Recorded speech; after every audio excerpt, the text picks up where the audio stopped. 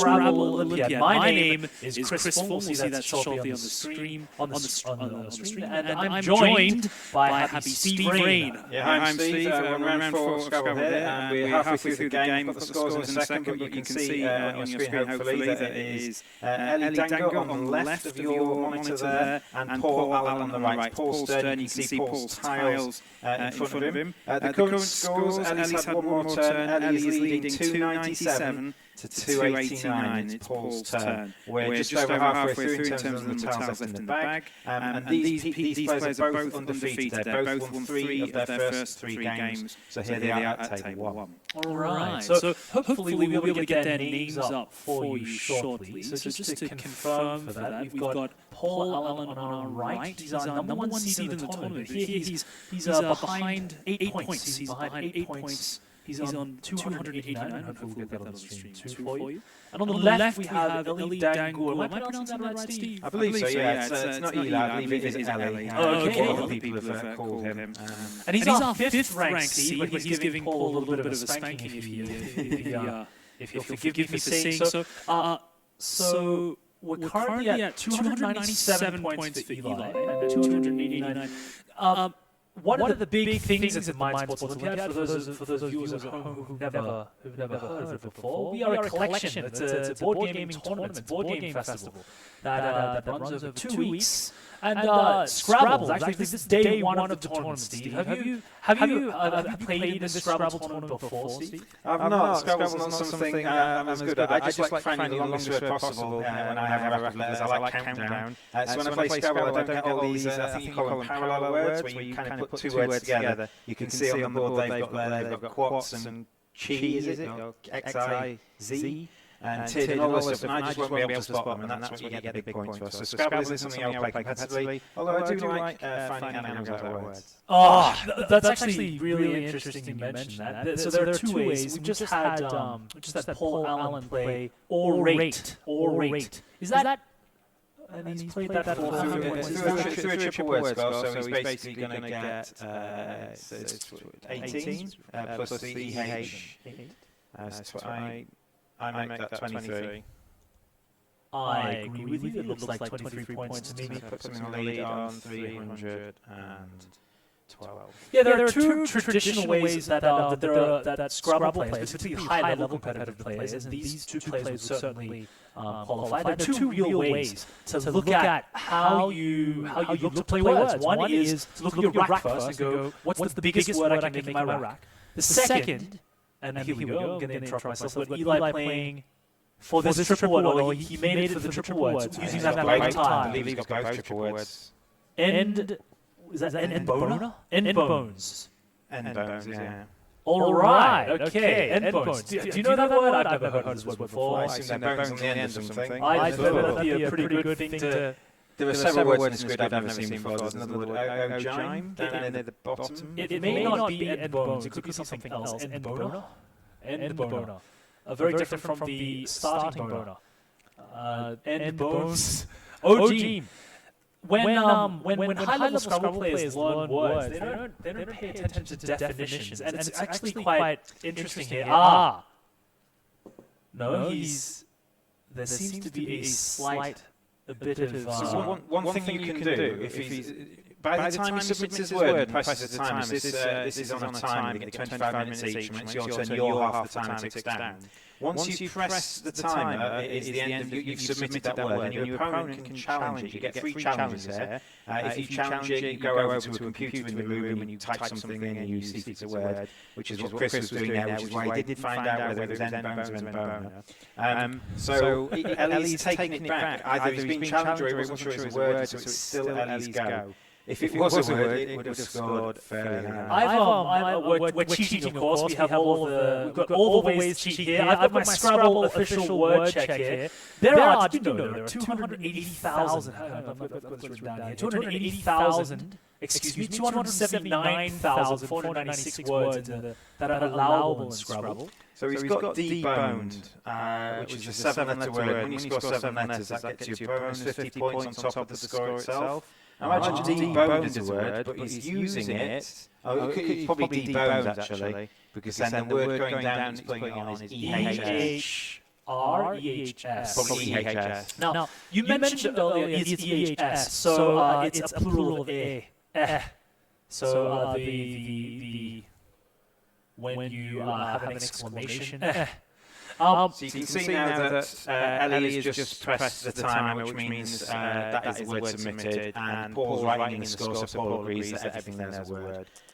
Now, you mentioned something earlier, Steve, about challenges, and that in this tournament, as opposed to a lot of other tournaments, we have free challenges. Free challenges mean that any player, at any time, you go, hey, that's not a word. You can go to the checker, you have a look. If it is a word, it stays on the board. If it isn't a word, the player who made the offending place takes the tiles back, and we start again. There's no point penalty, which is very, very different to the way that our American counterparts play the game. They have a lot of penalties involved when you make a bad boo-boo, when you make a bad word. Either you'll lose your turn entirely, or you'll lose some amount of points, generally 5 points or 10 points. Does that include an incorrect challenge then?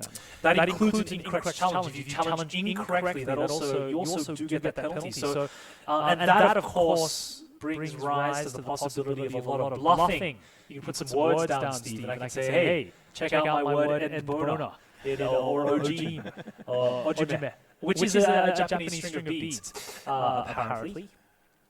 And if you, because of the repercussions for challenging incorrectly, you may choose not to challenge me, and therefore I can win all these sneaky points. Here, because we've got free challenges, because the caliber of play is actually quite high, most of these competitive players will kind of know what words are allowable and what not, particularly the 2 and the 3-letter words, Steve. Yeah, you were looking at how many 2-letter words are possible, weren't you? And it keeps changing every year. What are the new words this year? It does, yeah. There are 3 new 2-letter words. So at the highest, one of the greatest things about getting to come to the Mind Sports Olympiad is you get to watch some of the best players in the world play these wonderful games. And in the Scrabble, at the Scrabble competitive levels, we mentioned there are 200, close to 250,000 words that are allowable. All of the 2-letter words that are allowable really up your ability to score points, because you get to make parallel plays, words which are directly above or below them. So just as an example of that, on the bottom right of the board, the word for, F-A-W, also makes 3 2-letter words. So when if, za, and you. Yeah, so when Ellie made that, because he knew that if, za, and you were words, he could also score 4, and that scored him 58 points when he played. 58 points, quite a lot. We've got a new play here. We've got Goral. I have no idea what that means. And you know what? Chances are these players don't either. As I was saying, so the 2-letter word plays are actually, they're quite, you just need to know them at the competitive level. And the question you just asked me, how many 2-letter words are there? At present, there are 128 different 2-letter words. Generally, they consist of a consonant and a vowel, though I'm sure there are some exclusions. At a competitive level, Steve, you just have to know them. So after playing, and these guys, these Scrabble players, some of them have been playing for 25 years. I was speaking with Peter earlier. He mentioned that he's been playing for 25 years. Every 3 or 4 years, a new list of the allowable Scrabble words is released, and the most recent one being the CSW, the Competitive Scrabble Word List, which was released on the 1st of July, which is, that'll be valid for another 3-4 years. It's a combination. They have like the Scrabble heads get together, and they call the Collins people, and they yell and scream, and they look at new words. The 3 new 2-letter words this year are EW, which we see in the bottom left-hand corner after 4, which Steve mentioned. You. Yuck, Steve, you. There's ZE, which is the new non-binary gender pronoun, which instead of saying he or she, say Z. Yes, absolutely, which is really interesting. And the last one is OK, simply the letters O and K. Oh, so rather than being O.K, it's now just... Or O-K-A-Y, right? Okay. OK, indeed. All right. Okay. So you might notice in the top corner, at the top of the screen, we've got our timer counting down. We've got about 10 minutes 18 for our good friend Ellie. You might be wondering what happens when the timer reaches 0. Well, they explode, Steve. I believe you lose 10 points for every minute you go beyond the allotted time. Is that correct? That's right. Yeah. You lose 10 points from your score for every minute or part of a minute up until you reach 10 minutes over. If you reach 10 minutes, if your timer goes into negative 10 minutes, that's a forfeit. You lose, unfortunately. And at these levels, look at the scores now. We currently have...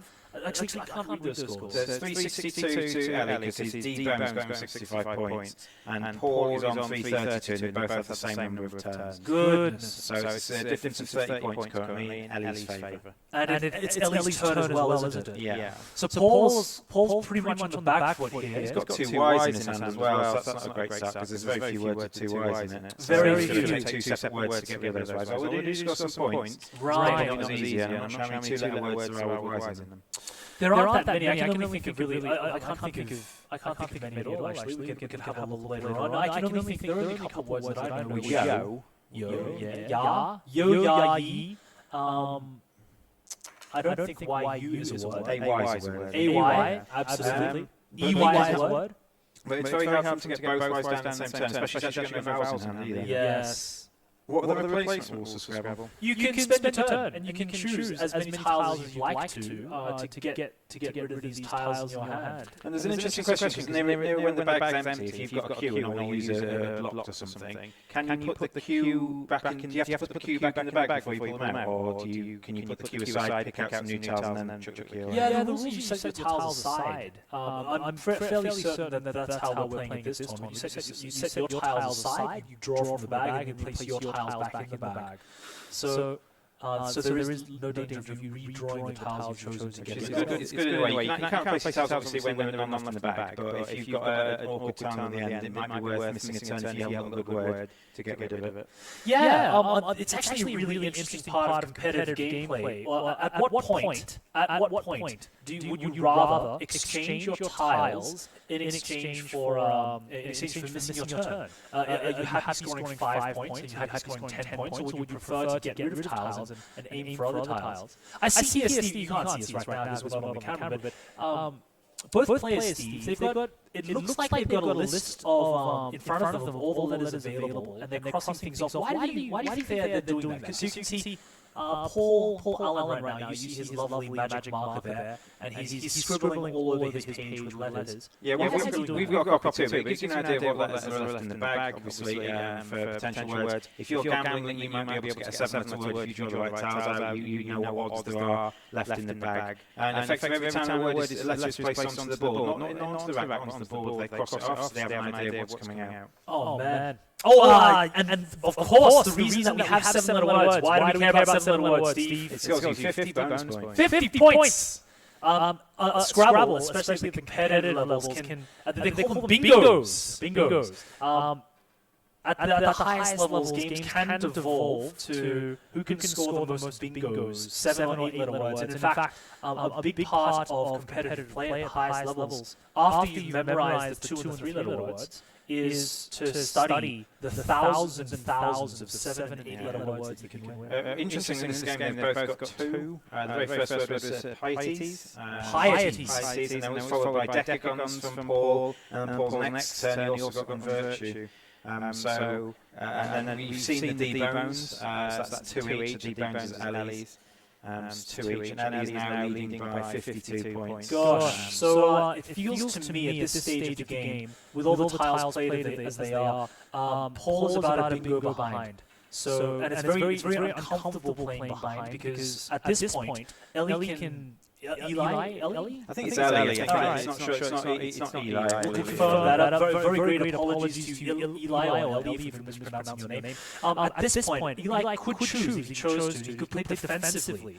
What that means is he could start shutting down as many of the open words, places that Paul could play, simply to restrict, not to make his own maximum points, but to restrict the possibility of Paul catching back. There's three triples that are gettable as well. There's 2 triples on the left-hand side of the board as you're looking at it from the right way around. And then there's one triple on the right-hand side of the board that Paul, sadly, he hasn't got any vowels. I'm not sure he'd be able to get to them on this turn, but he could get to them if he had the right cards, so maybe Ellie will start to block those off on his next turn. And he'll certainly be looking at that now. Paul's blocked his own. Paul's got 2 triples from Ellie. That's very interesting as well. So we talk about playing defensively now. I think he just needs to get rid of some tiles to get rid of some I think so. nonsense.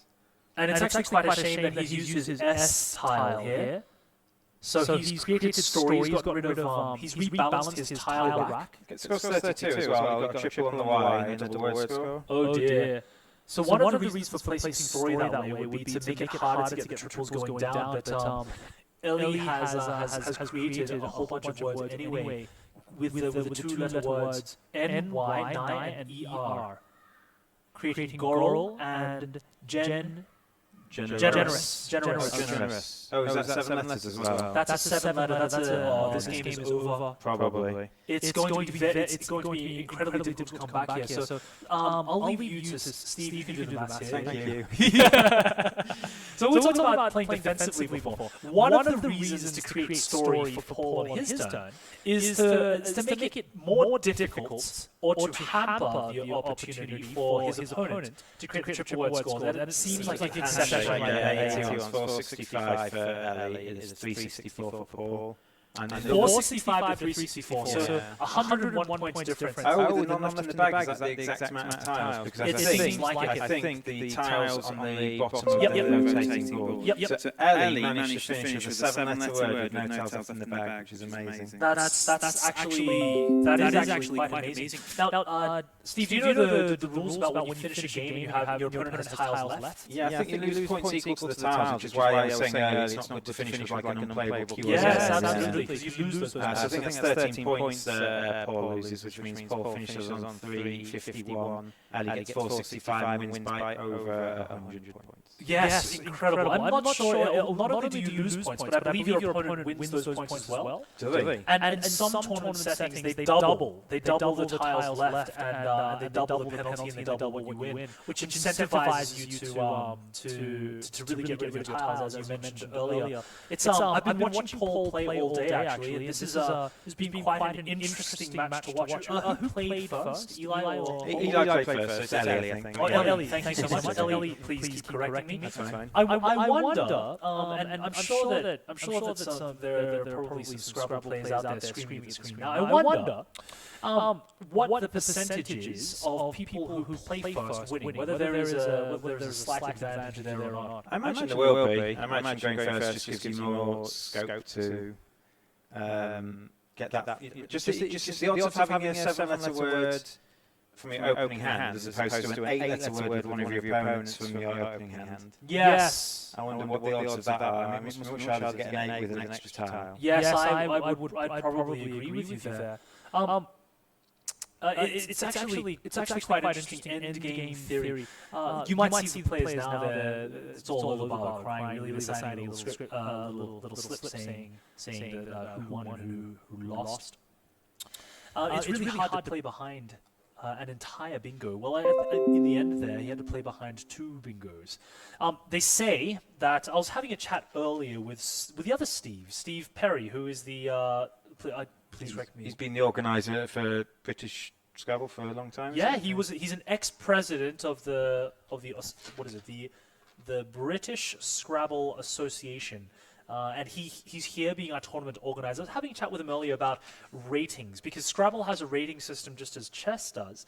And they say, well, he says, that a 10 rating point difference should equate to, rating points, they range from 50, which is your lowest, all the way up until 200 plus.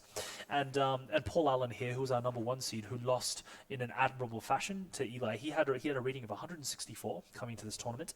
If you have a 10 rating point difference, it's they say that you should lose, that the winning percentage should be 60-40. So if you're 10 rating points higher than me, that you should win 60% of the time.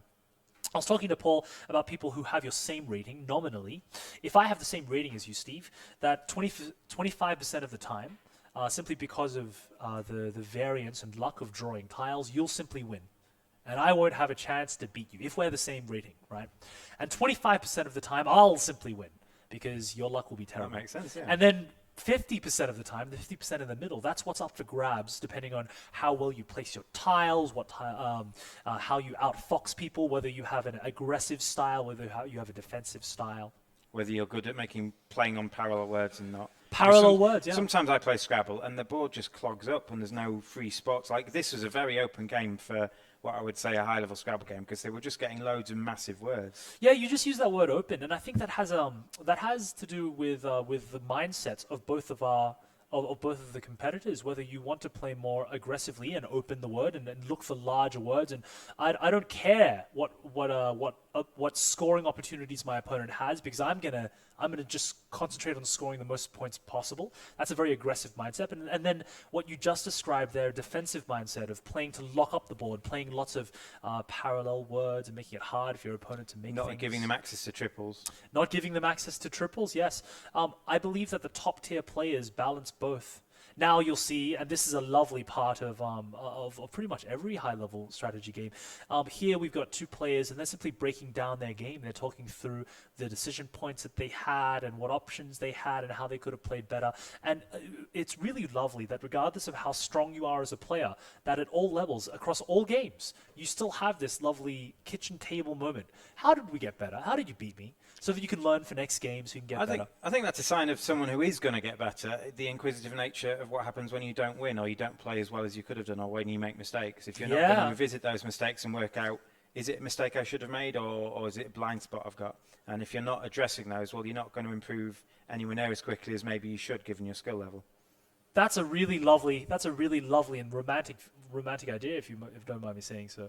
Someone asked me whether I like playing the game or winning. And I just said I prefer playing well. So if I play well and lose, I'm much happier than if I win through some random luck element. Because playing well is is what you strive for. And if you can continue playing well, winning will come with it. But it in itself is what I find joy. That's a very well put thing, Steve. So basically there were 7 matches in this event. Hopefully when all the matches are finished in this round, we get the next round pairings, we will get you a ranking list of people who are in the event currently. We can see that Ellie is going to the 4-0 bracket. It is possible that someone that there will be no undefeated players left by the end of the event. So they might come down to tie-breaks, and the tie-break system is a bit weird, but if someone goes 7-0, they will win. Last year's winner is in the event. It's Craig Solomons, the number 2 seed. He came second, so he won last year, and he's currently seeded second. We haven't seen him, but hopefully if he won his last match, he might come up to table 1 and can watch him. We've got a few other players who've been around a bit in the event today who have been here. This event's been going for, the Mind Sports Olympiad itself has been going for 1997, I think it started. This is the 23rd year, I believe. 1997, goodness gracious. And there's always a massive list of events to play, but it's not the same year on year. There's events come in, events go out. Bridge used to be played, it's not anymore. Game called Azul here for the first time this year. One game of the year. It's a board game. I quite like it. But again, that's not been here before either. So if it's the sort of thing you'd like to come and have a look at the website. There's always 5 events going at any one point. So although we're playing Scrabble now, there's a Catan tournament we're going to be tuning into to watch the semi-finals and finals later today at 7 o'clock. Yes, about 7. Yes, 7 o'clock. Catan is a great game. We've got over 70 different board games. 70 different board games will be played in the Mind Sports Olympiad over the next 2 weeks, and we'll finish on the 26th of August. And the amazing thing is, we've got over 15 world championships, Steve. 15 different things where players at the top of their game are playing the kitchen table games that you and I both love, but they're just doing it at a ridiculously high level. And hopefully, Steve, you and I we'll be meeting Dr. Ryan Young later on, who's a doctor of board games. We'll get to see his happy face.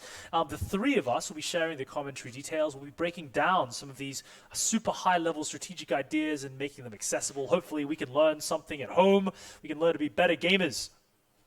Also, if you've got any questions for any of us, we are live streaming, so this is a good chance for us to interact with people watching. So we had it last year where people were giving comments on the Facebook page or the YouTube live stream as it was going. So if you've got any comments you want us to answer, our lovely men behind the cameras we'll pass those on to us and we will answer them as best we can. So please feel free to do so. We might not get back to you straight away, but we will try and answer it at some point. So thank you very much. We are right now, we're streaming on Facebook Live to all of our Facebook friends on Mind Sports. And the next round will get started in about... The rounds are an hour long. Now, these guys have stopped the timer, so they had about 13 minutes left of their round. Right, yeah. So the round's about an hour long. You get 50 minutes, plus a few checks, plus a few faffing about. So the next match should start again about 3 o'clock, so we've got about 11 minutes left. The end of this match is about to finish. There's going to be a couple of... If you have to check words and stuff, the timers get stopped. But the round should finish in a few minutes, and then the pairings will be put up for the next round. You might be noticing that the players are creating little blocks of letters here. You might be wondering, hey, what is going on? It's just a thing that you do at the end of the game to show that you have all the letters. You want to create 4 blocks of 5 by 5 tiles, and you can put them anywhere on the board. This is just to show that everyone's starting with the same number of tiles, and it's quite lovely actually. At the highest levels of competitive sport, Steve, how clean the gameplay is. There's none of this like dodgy looking in the bag when you're looking for the right tiles. You couldn't quite see it from where the cameras were, but the way they pull them out of the bag because of potential minor cheats in the past. I mean, Scrabble's not a game where there's a massive amount of cheating, but there has been some. One of those ways, easiest way to cheat is to look in the bag as you're pulling the tile out effectively. So what they have to do, they effectively hold it above the head and look away when they're pulling it out. You put them down face on the table so the opponents can see face down on the table so the opponents can see how many they've got. You couldn't quite see it from where we are now, but it's a very honest game. There's not much you can do, and there's a very little bad feeling if you're beating Scrabble because you know your opponent's just spelt some better words than you. Now, in a little while, hopefully we'll be able to get the live chat up. So if you do want, you've got some commentary, you've got some questions you want to throw at us, we'll be able to field those, hopefully, as soon as we get our live chat up. Here we go. We've already got some comments from some players. We've got a lot of echo. Please check this out. All right. Thank you, Margarita. We'll get that taken care of, I'm sure. Chris Hawkins says hi. Well, hi, Chris Hawkins. Thank you for watching. Hopefully we will enjoy the next match. It looks like the 2 players have sat down for the next match, and maybe the pairings have been done slightly quicker than we thought. We will get those names to you. It looks like from the hands it might be Ellie again on the left. But when we know who the other player is, we will let you know. We will also get you an updated list of the standings after 4 matches. There will be 7 matches total, so we've got another 3 more to go for you. Now, we're also streaming on YouTube today. Let's see if we can find our... There we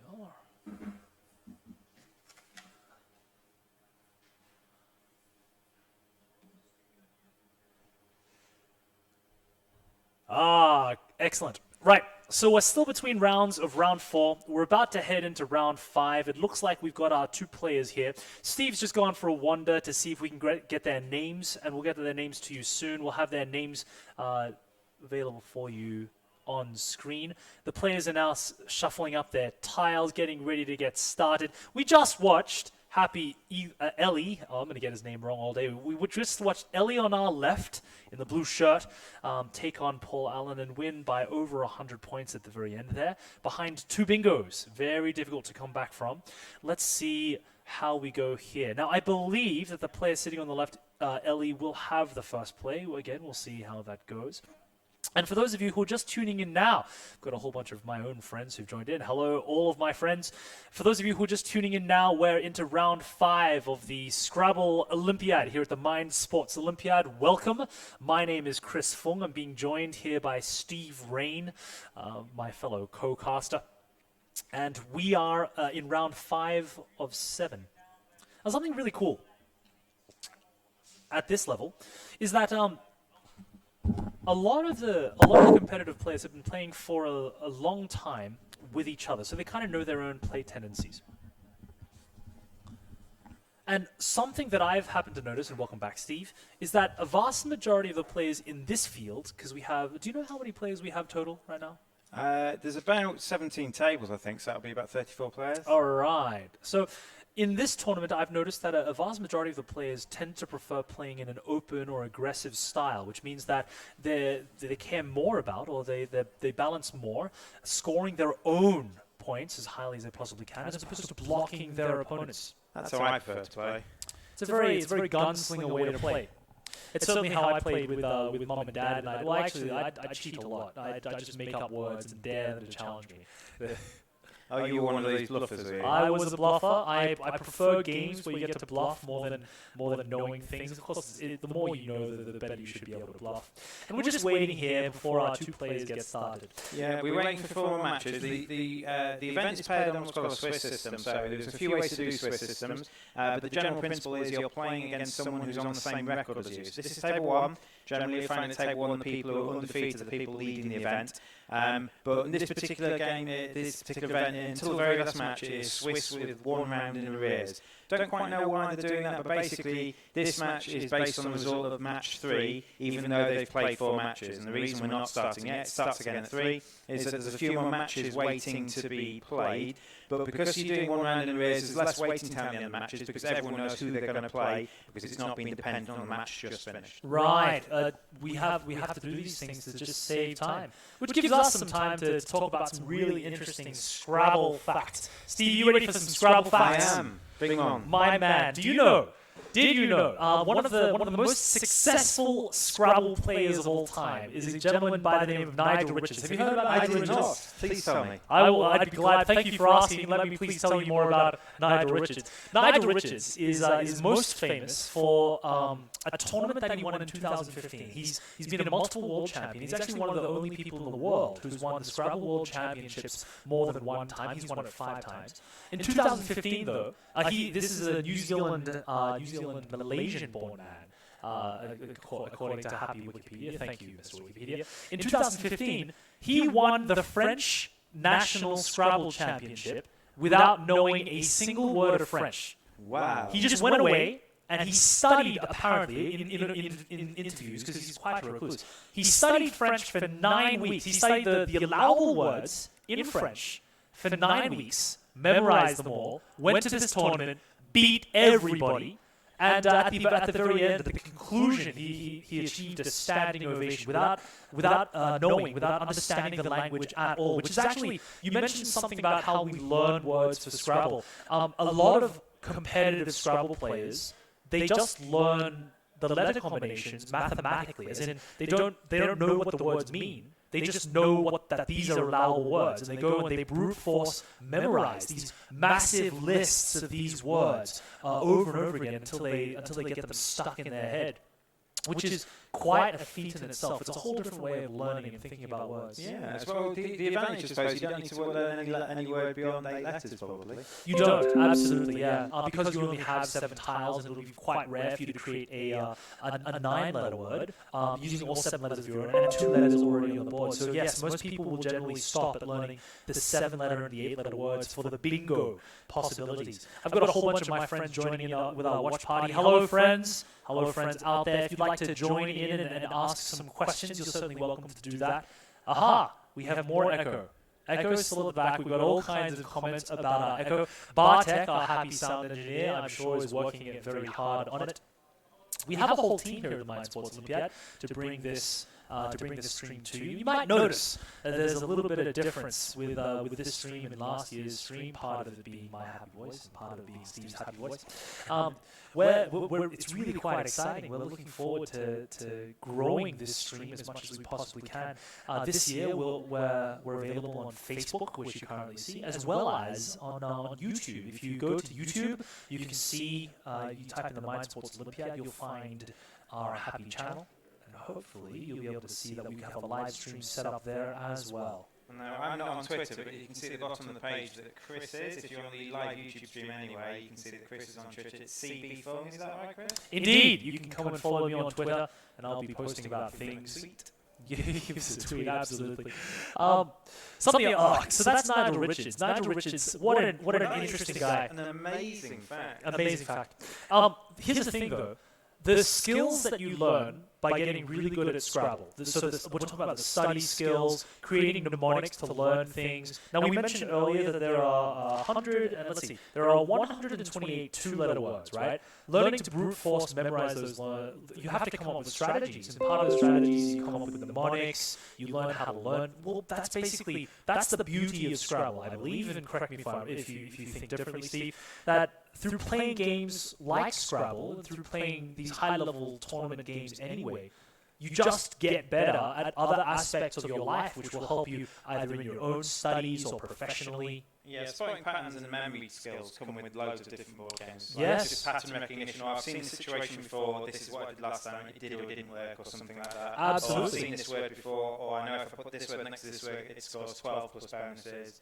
And it's the sort of thing that, you come from, it comes from learning and experience playing the game as well. You're trying to remember things you've done in the past, you remember whether they were good or bad, and then you see if you can apply them to new games as well. Which is astonishing at this level, that and we just saw the match that we just watched, we saw Paul, Alan, and Eli, Ellie, I keep mispronouncing it. I did go and double check.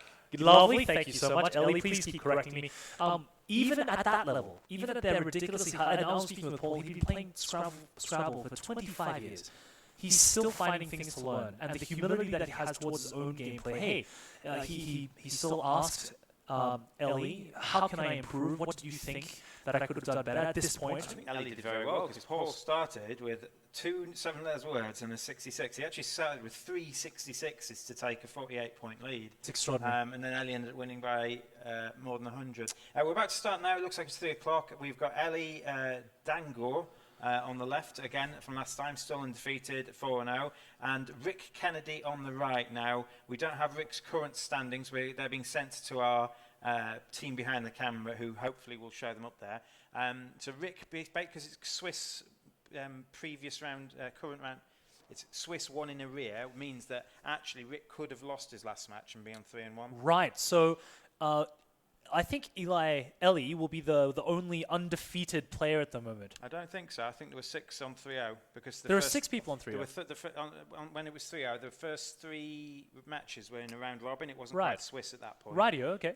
So there were a few people who won their whole round robins. There was 6 people who went 3-0, which means those people probably play against each other, and you're probably going to have 3 people undefeated currently. Right. Although it might not be Rick.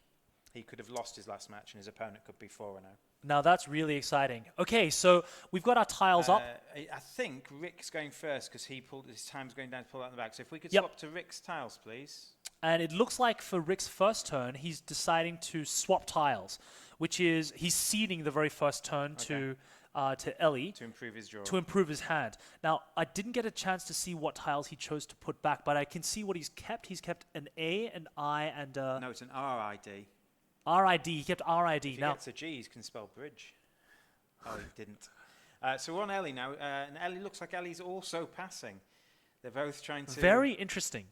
Well, I suppose passing on your first turn isn't actually that bad. We know there's an advantage to going first, but obviously if you can go first with a 3-letter word, it's not really an advantage, is it? Quite clearly. But it does. There are a couple of different considerations here. First, if I play first and I don't score a lot, I'm opening up a lot of the double word scores I'm potentially opening up a triple word score for my. Yeah, and you'd need to put a 6-letter word down to open up a double, wouldn't you? Excuse me. So I've got these. Is that a double letter? This is double letter. Triple letter. Is okay. I've got a triple the letter dark here. blue is triple letter, and the light blue is double letter. Lovely. So if you so the consideration is if you don't have a high scoring word in your hand at the moment, particularly a bingo.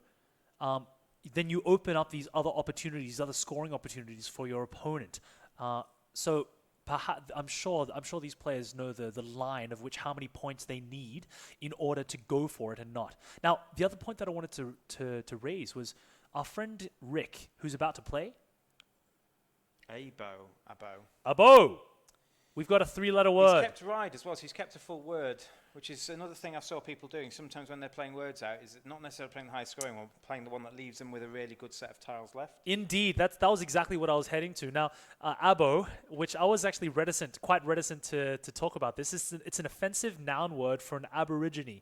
So did you know that anyway? I knew of it. I was hoping that it was not going to be this. But you know what? Some rude words need to be a part of Scrabble. Rude words need to be part of our common parlance because I think it's only offensive if it's used in the wrong way. That's true. We need to be able to discuss ideas. I think ideas themselves are not offensive. It's how we use those ideas. Well said, Steve. So here it feels like, starting with a word like this, that we have the option for a very defensive, very closed, very low-scoring game. So you might play a parallel word here. We may play a parallel word. Now, parallel words being a combination of 2 or 3 letter words. In this case, would be a 2-letter word, which would be directly underneath or above abo. Now, here we see Ellie's tiles here. He's got an S, which is excellent already. And I can't see did you catch the rest of his letters there, Steve? He's got E-S-A-I-R, I believe, and another E, and another S. He's got double S, I think.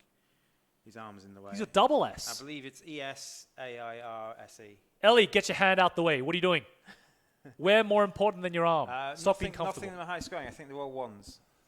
So they're all ones. So whatever he's got to either get a long word to get the bingo, as you call it. But it doesn't look like he's got one, because if he had a 7-letter word, it would have been arranged in his tile already, especially with an S. No, yes. He could have then done at this level, absolutely. At this level, he would already have spotted his bingo, yes. Now, S's and blank tiles. It's commonly known in competitive play that you should be saving your S's and your blank tiles only for high scoring plays, because you can very easily, there are so many words out there, you just add an S on the end and bingo. You can dovetail. If you have an S, and if the other 6 make a word, you just add an S on the end and you've got a 7. Exactly. And of course you have the great potential of this blank tile.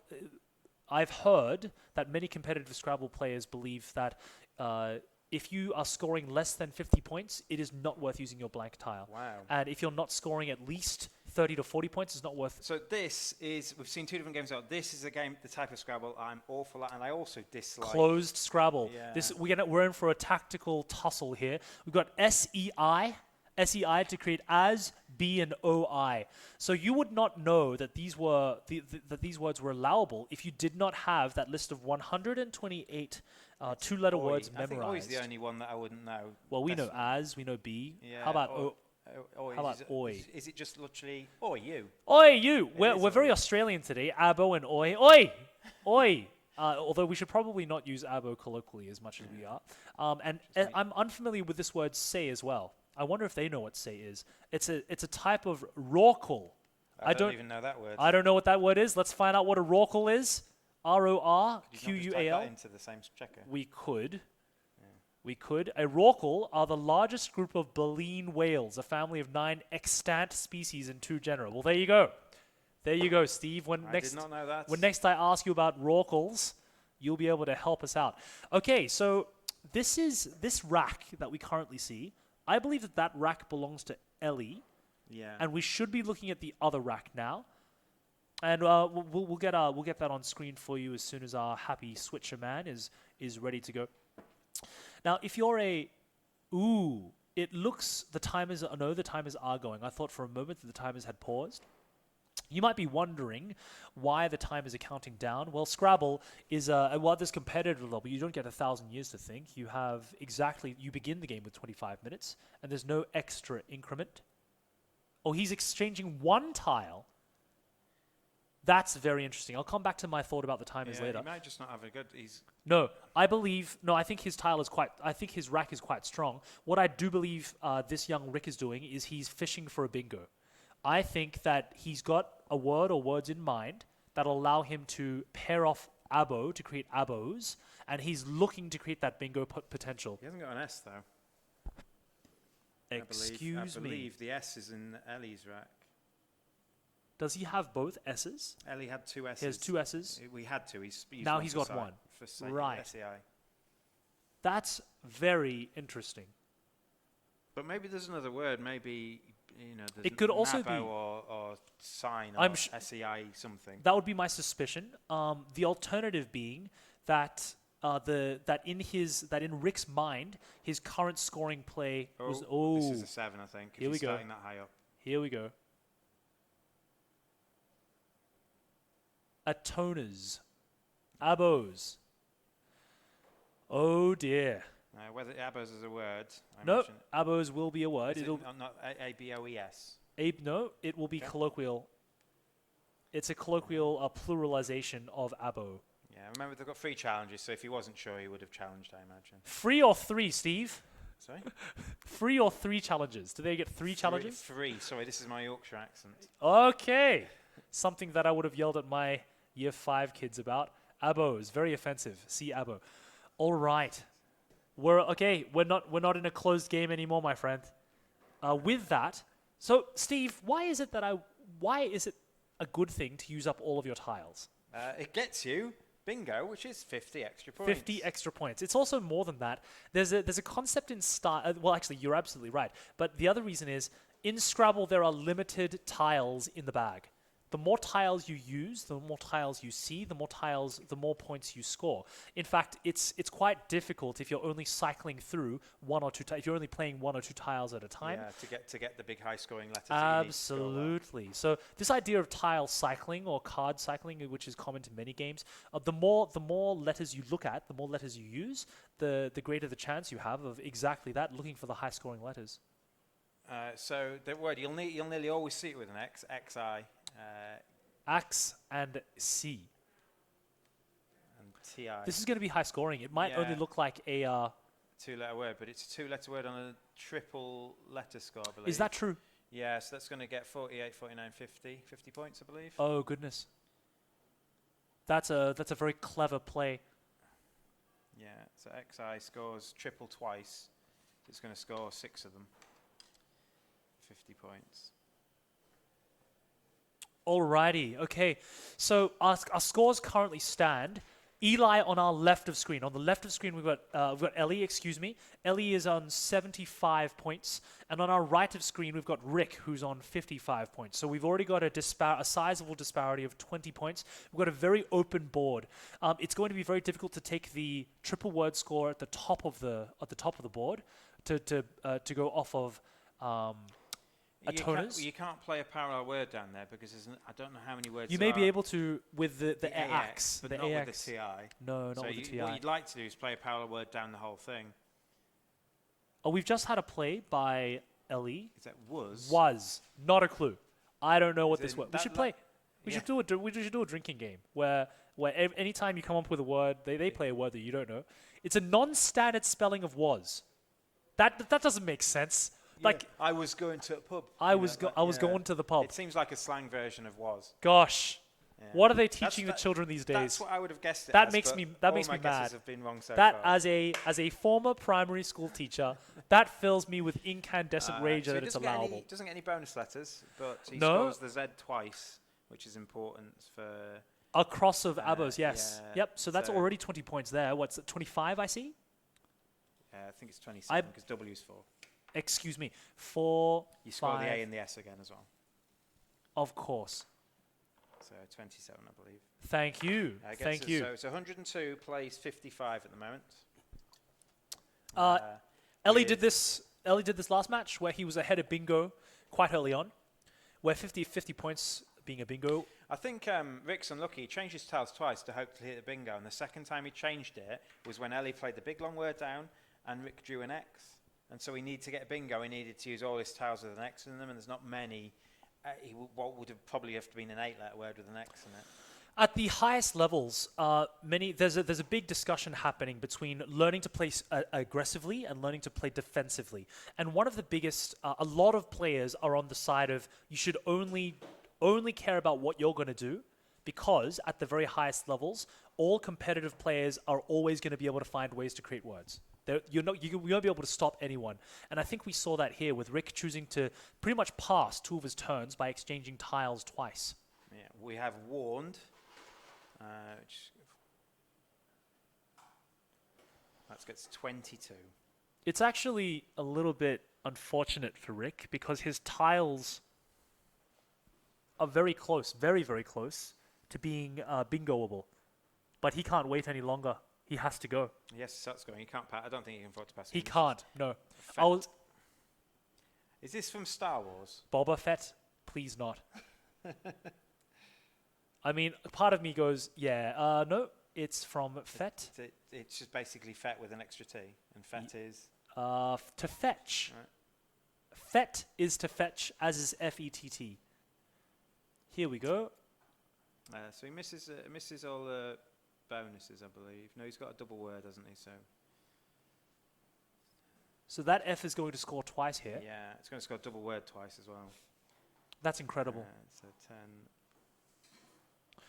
One of the other things, so there are two real ways that you can look at to place tiles. I believe he scores 27 again, so he's got two 27s in a row. 129. So this is a much lower scoring game than we had last time, but last time we started with 3 out of 4 bingos. Yes.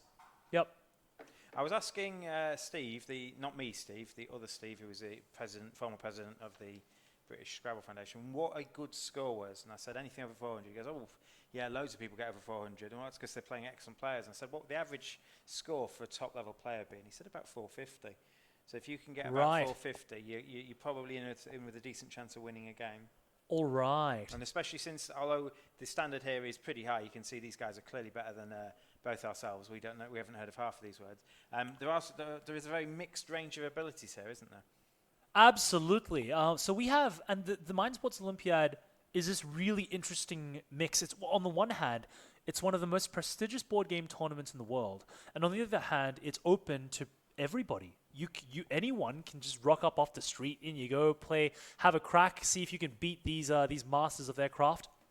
And for that reason, this Scrabble tournament today is one division. It's an open division.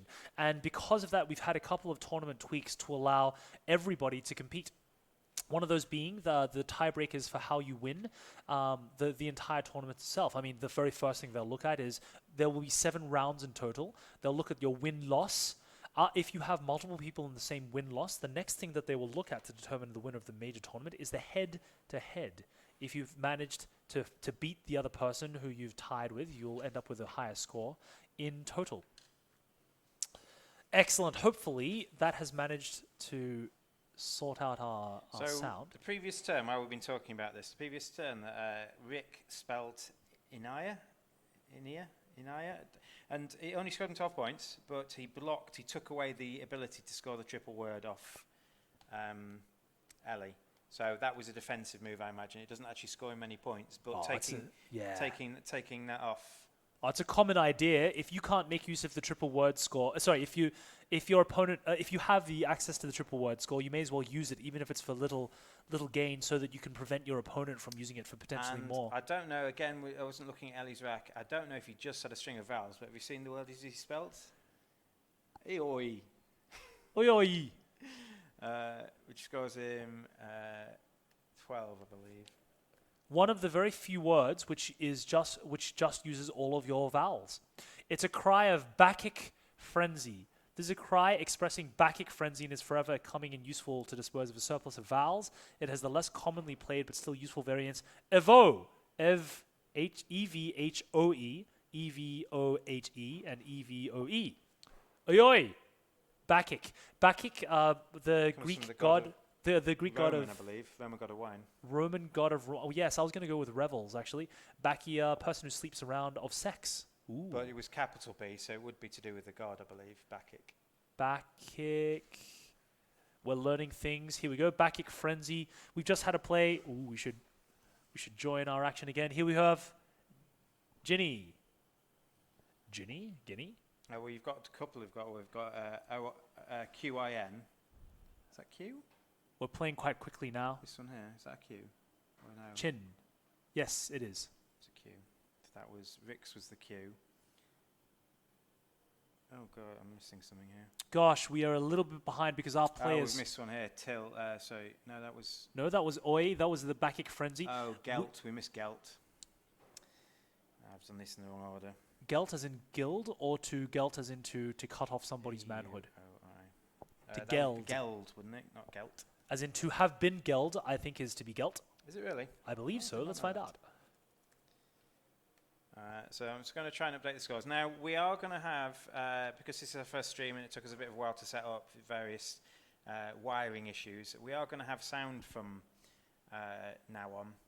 So apologies, we are going to have sound from some of the later streams. We haven't got sound today, which means we're trying to do the scores manually. And because I was listening to Chris's excellent facts, I missed one of the words and I've got the scores a bit wrong. I'm too distracting. I'm just going to take a bit of time out to work out the scores. I'm going to leave you with the wonderful sound of Chris Fung. A job that I will happily take up. So happily, good for our good friend Rick, who I still believe is playing from behind. We'll see by exactly how much. That's my suspicion. He's managed to pick up a blank here, which will hopefully drastically increase his opportunities for bingoing. Now you might notice that Rick is Rick is a very high level Scrabble player. All players, regardless of your level, rearrange their tiles. He's got e-choir, an online choir with a blank. All players, regardless of your level, I've yet to meet a high level player who doesn't rearrange their tiles. It's simply a good memory help. A couple of different things that you can do, a couple of tips for you back home to take home. Look for prefixes and suffixes. So things like R-E-E-R. Look for D-E-R. Use your blanks and your S's sparingly. So if you can, try to save them for larger scoring plays. I wonder whether he's looking at choir here. It's unfortunate that that Rick doesn't have too many high-scoring letters apart from the C and the H, although he does have a very good mixture of vowels and consonants. There's potential here. I don't see much, though. The first thing that I would be looking at if I were Rick would be the triple letters below, at the very bottom of the board towards him. It's very difficult to make use of the triple word score on the bottom left-hand corner of the board, near the F. FE is a word, isn't it? Certainly.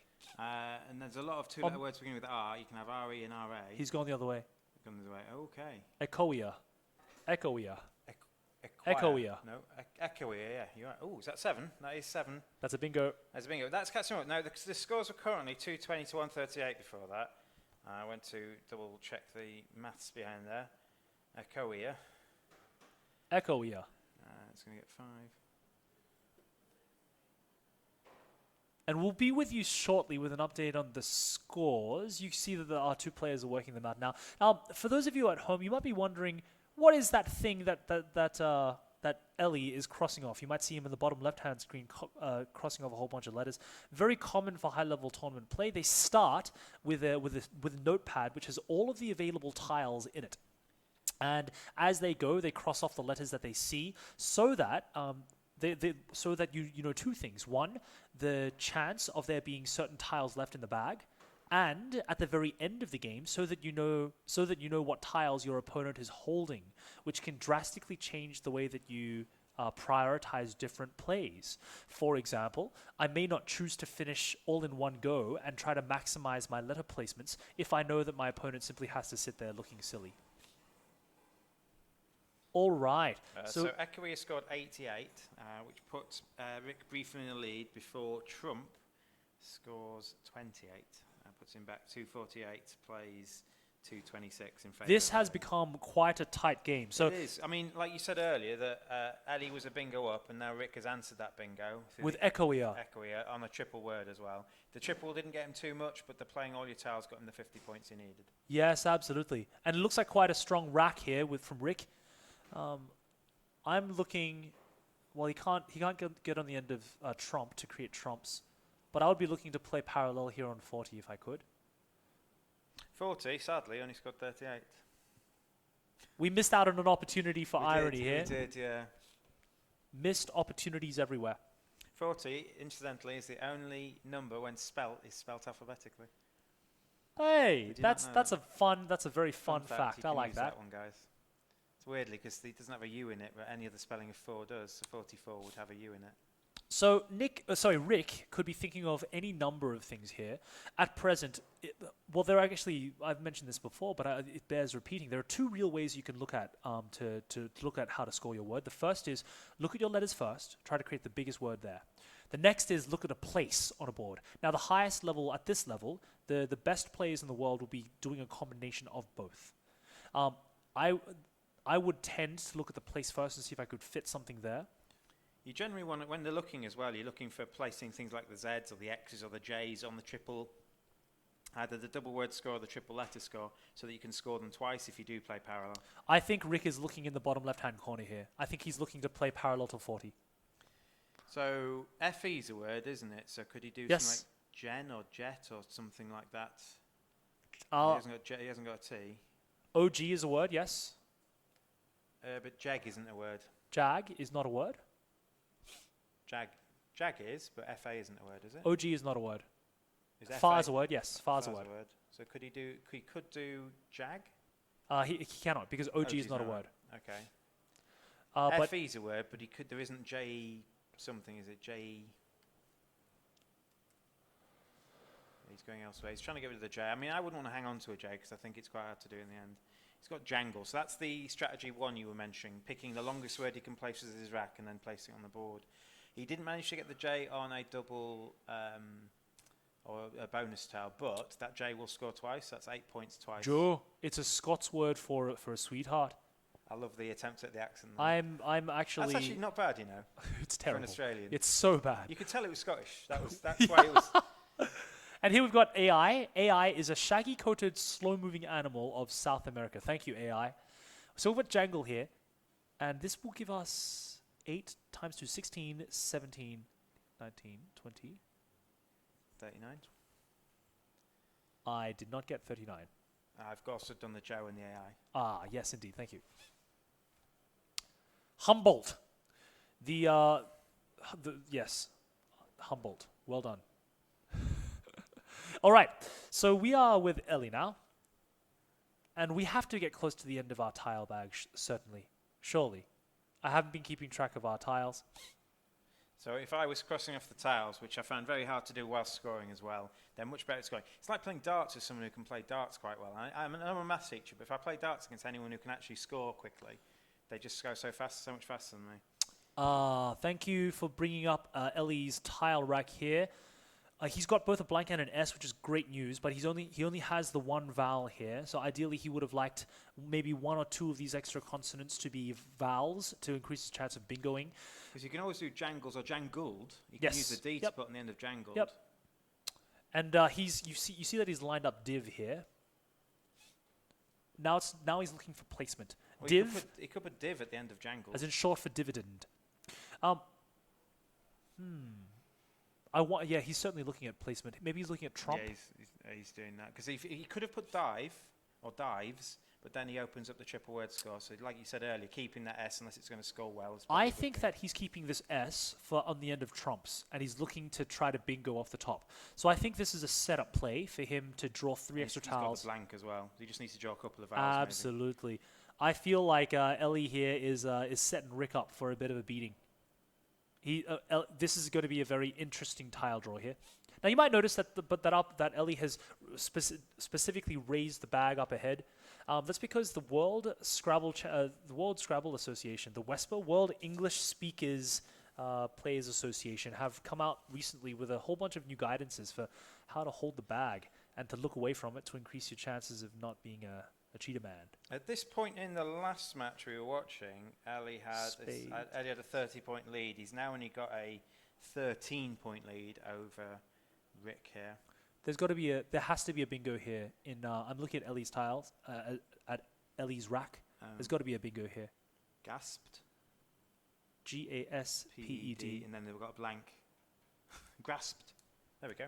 Well done. But it doesn't go at the end of trump because the S is too early in the word. No, but we've at least found one. Grasped. There we go.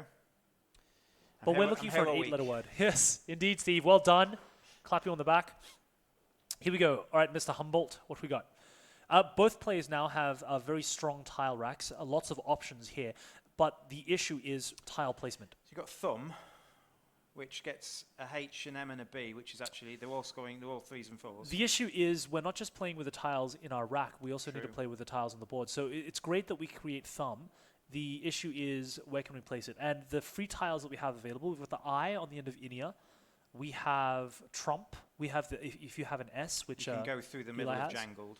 You certainly can. So you have the G, the L, and the G and the L are easy to go off, and everything else you're using your 2-letter words. So you might maybe be able to go through a tone. Nah, it doesn't look promising.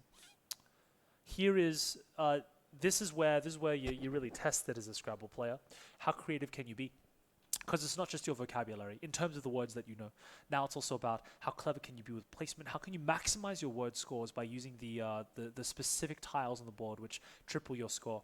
I would be looking at on the end of in Jangled, in the middle of Jangled, I'd be looking at the L. I'd be looking at is that a triple letter? There's 2 triple letters going Two through triple the L. letters. So if you I'd can be get looking the B, the M scores 3 and the H scores 4. This is there's a lot of potential. OUTH. There's so many words here. It's just a matter of maximizing this. And to be frank, this is just what you need experience for. This is where you get your mettle tested as a Scrabble player. Lovely. I'd like to also pay attention. I'd like to show you that the timer is not normally it's actually sometimes a differentiator for skill. You'll see here that there's a big disparity here. Ellie has used 12 of his 25 minutes. He's still got 13 minutes left, and Rick has only got 7 minutes. Part of that is learning to play behind. Scrabble is a very difficult game when you're playing behind because you also have to. How do you deal with pressure? How do you sit there knowing that you have to bingo? And how does that affect your thought processes? And I think it's beautiful for that reason. Okay, we've got to play he's here. put a B at the end of job. So blot. He gets 2 parallel words. He gets Lovely. J-O-B and ale. Lovely so everything's, they're all legal words. I know what all those words are, do you? Yes. Well done. That's the first time for both of us, I think. It is. It is. It had to happen eventually. Yeah. And he's left himself 3 tiles, which are quite strong too. Okay, so let's add this up, shall we? Okay, I've got an answer. I believe it's. I'll just count. It's 23. I think. I'll just double check. It looked like it would score more than that. So, jobs 12, ales 4. Hopefully, once our technical team have some time, hopefully we'll be able to get the player names for you up again. Yeah. And we'll be able to get the commentator names. I believe the player names are on the live stream. Oh, we can't see them on our little lovely, monitor, lovely. but they're on YouTube because our guy is very good. So you can see on the live stream that it is up there. Also, you can see Chris has got his Twitter handle.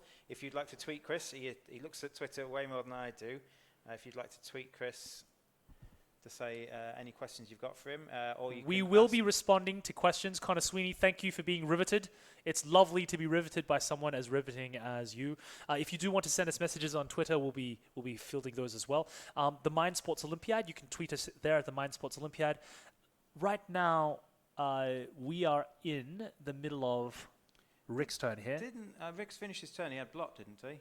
No, and then Ellie has just played. And we've just had Gape in the bottom left-hand corner underneath 40. Where we had grasped in his hand, but he couldn't place it. He couldn't place it. Gape actually scores pretty well. It's on the triple, and it's going to be strong. He's got 3 two-letter words there. It's going to be quite strong. So let's see. I'll leave you to think through that while I join Rick. Rick, come on, man. This is a tough tile, and he's choosing to exchange. It's 36. Yep, he's going for a Hail Mary. I wonder, and at this point, I hope Rick knows exactly what is left in. Yes, Rick's just. So this is like he hasn't passed. He's exchanged, but it's a fundamental pass. Like we were saying earlier, so he's passing his turn to swap some tiles out, and you can put your tiles aside before you pick the new ones out. He's been looking and keeping track of the existing letters in the bag. And so he might think it's a good gamble to get rid of the ones he has, hoping that the mix of letters that haven't yet come out matter. Do we have an update for our scores? Yeah. So Ellie is in the lead on 314, as opposed to Rick's 289. It's Remember, close. Scores over 400 are good. The start of this game was low scoring, but there has been 1 bingo each. And we're actually. I thought Rick would be so much further behind than this. Now we've just had OK. 3 times. We've just had OK played, I believe. So Ellie has just played OK in the bottom right-hand corner of the board. Okay, so that's OK being one of the new. So in this year's new word list, the new tournament legal Scrabble list, there are 3 new 2-letter words. OK is one of them. The other 2 being Z, Z-E, the new gender-neutral pronoun of choice for people who may not identify as he or she, and the other one was ew, as in E-W, as in how I feel about you, Steve. Oh, Chris, we've only just met. We've only just met. Poe, it's too early in the day. It's 22 points for OK, which gives him almost 50-point lead now. He's got 40, dear. He's got a 47-point lead with 336 plays 289, but it is Rick's turn. Back with Rick. He's got some nice letters apart from He the does. fact they don't score much. He does, yes. So he needs to see if he can find them in a high-scoring place. He's only actually got 2 consonants, and one of those is an S. The option of bingoing off trump to create trumps is no longer there because of the OK. He does have this spare I on the left-hand side of the board at the start of the word inia. Yeah, he really needs a consonant now. He does, yeah. He's got the S and the D, but there's very few words. There are some 3 or 4 letter combinations. Seed.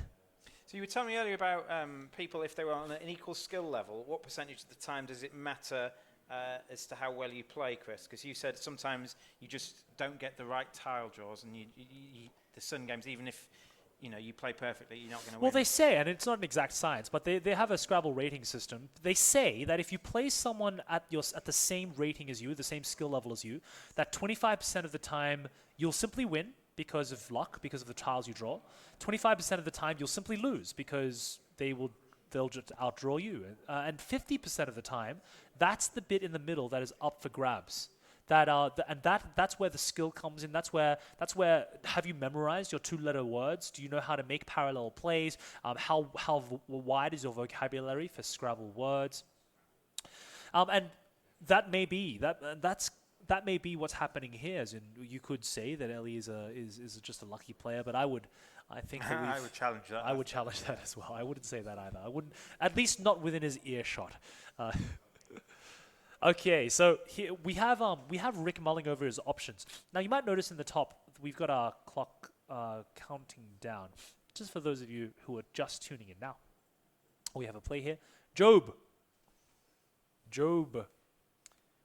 as in the biblical figure Job.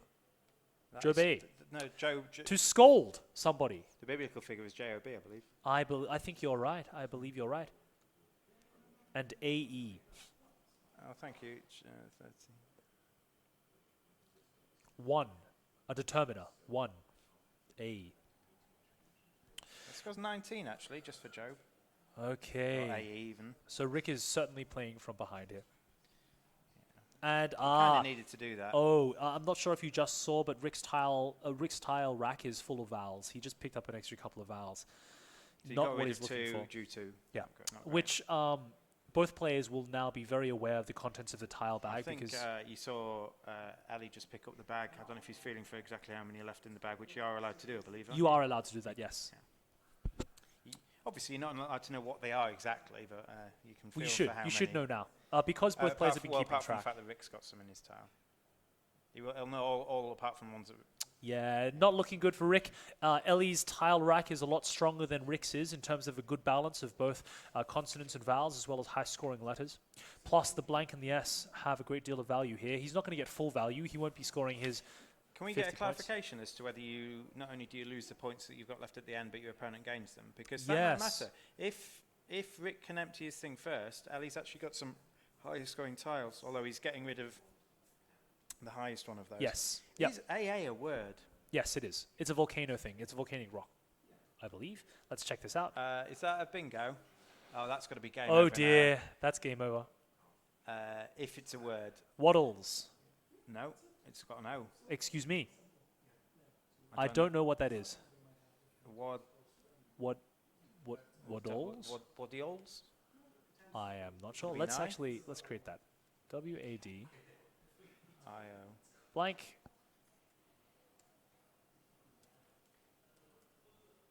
All right. So while those players look that up, we will check.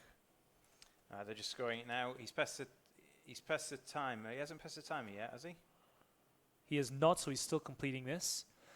You might notice that that little orange slip. That's to keep track of all of the blanks and all the challenges that both players have. And that's actually the slip that they'll sign once the game is over, in order to decide, in order to report who has won and who has lost. That is, we're still waiting to get this checked, but it looks to me like that is an insurmountable lead. 109 points for Waddles, I believe, because it also got jobbed. Gets him 425 now. We still don't know what the word is. We don't.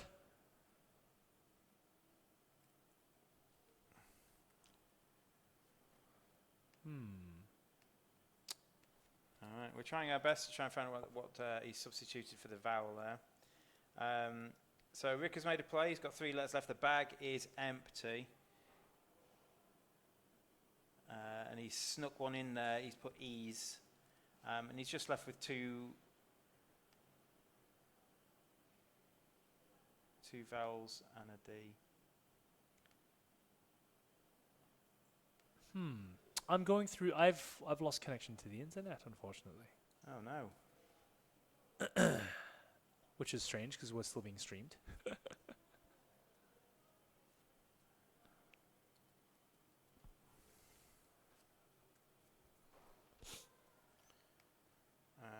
So currently it's 425 plays 320.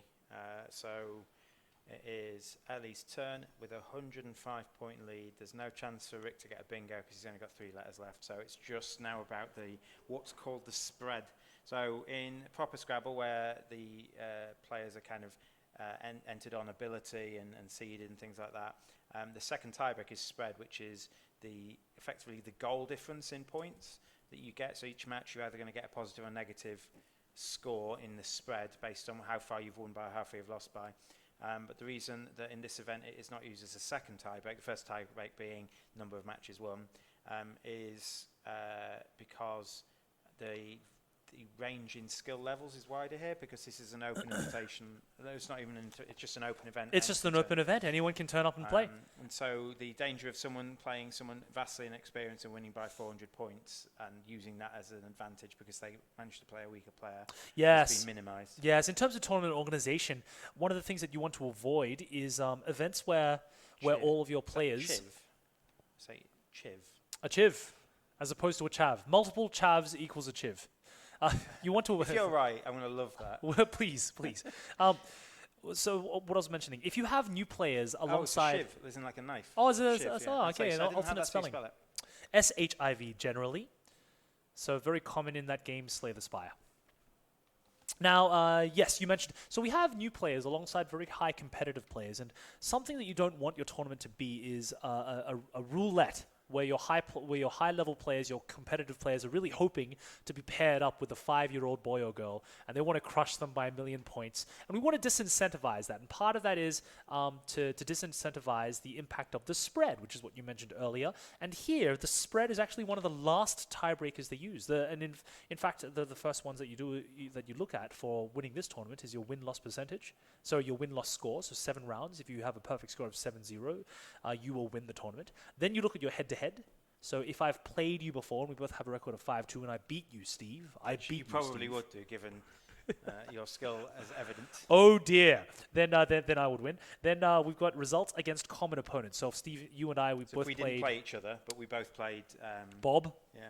And Bob beat me, but he lost to you. Then you would win this situation, Steve.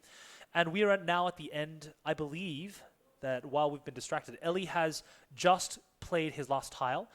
You might notice here that the first thing that Rick did was he revealed the remaining tiles in his rack. Rick is going to lose the points that these tiles represent. So that adds up to 4 points, and Ellie is going to gain his 4 points. And now Ellie he's taking a photo of the board.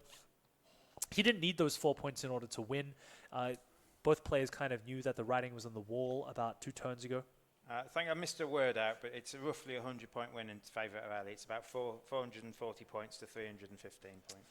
And it felt, although it felt that that Ellie was winning all the way through, actually Rick did catch up when he did? got Echoier. In he the got centre, 88 he did. points, which was until Ali also got a bingo near the end, was the highest scoring word of the match, and he caught up to within 22 points. Extraordinary. Something I want to... Oh, we've got a question here by... While the players are setting up the board again, and you might notice that they're building 4 different blocks of 5 by 5, 4 blocks of 25 letters. That's just a nice thing that competitive tournament players do to set up for the next round, so that all the players know that all the tiles are there, and everyone can start from the same place, knowing that all the tiles are where they should be. It's like resetting a game of chess, Like resetting isn't it? a game. It really is, yeah. So we've got a question here from Kyle Langley. He asks, what's the difference between a good player and a really top-level player? A wonderful question and a deceptively complex one. Steve, what do you think? So a really top-level player will just know everything inside out. A good player might still not know every 2-letter word or every 3-letter word. A good player might be very good at getting 7-letter words but struggle with the parallel words, and vice versa. And a top-level player will be good at everything. I believe you'll find top-level players will probably have played enough to get rankings. So you've got these different types of rankings. You can be like a 165 or something, which I think that was Paul's ranking. So obviously, if you go to these tournaments, you get those rankings. You can see that you've kind of tested yourself against the best. But even the best players will still lose because, like Chris said, if you get to someone who's close to your skill level, you might even draw the right tiles. Like you might get the bingos. Your opponent might just be unlucky and never actually have one in his hand. But I believe it's just experience and just knowing things inside out. And I was talking to Chris earlier about just familiarity with things, pattern recognition, spotting things that you've seen before, knowing they're all, you just know that's a word, and so you're just trying to do these things. If you also concentrate on trying to work out, well, if I put these together, is that a word? I'm going to lose my challenge based on the challenge rules. You don't want to be putting things down that aren't words because it takes out your time and potentially in certain rules could lose you a game. So just obviously a top-level player will just know more things. A lovely question and a lovely answer. For me, I think, well, a big thing that you picked up on was memorization. There are 128 different 2-letter words available in the latest tournament-ready word list from the competitive Scrabble word list 2019, which was released on 1 July. So 128 2-letter words, which most of the competitive players will have memorized. And then there are 400 odd 3-letter words, which again, so that's what? I thought there'd be more 3-letter words than You know what, there probably are. This is just me. This is in conversation with a few people. Don't quote me on that. Well, I'm sure we'll have angry Scrabblers. Right. No, you're probably right. There's going to be, I promise you, there are going to be like, I'll get letters tomorrow filled with glitter and cat droppings, I'm sure.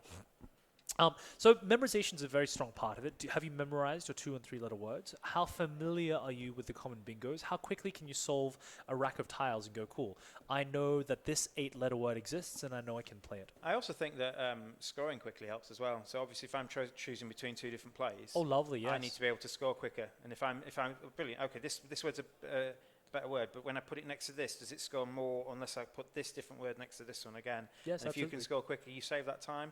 And again, we haven't seen it so far today, but it might go down, especially if the board gets bogged up, it might go down where time becomes a relevant factor. No, absolutely, yes. If you go over the 25 minutes you've got, you don't get any extra time as the game goes on. If you go over the 25 minutes you've got, you lose 10 points for every minute you go over. So every minute or part of a minute. Yeah. So 1 second counts the same as 60 seconds. Which is really bad. I was seeing a match earlier. Someone played their last word, and they were scoring it as their time went past 0.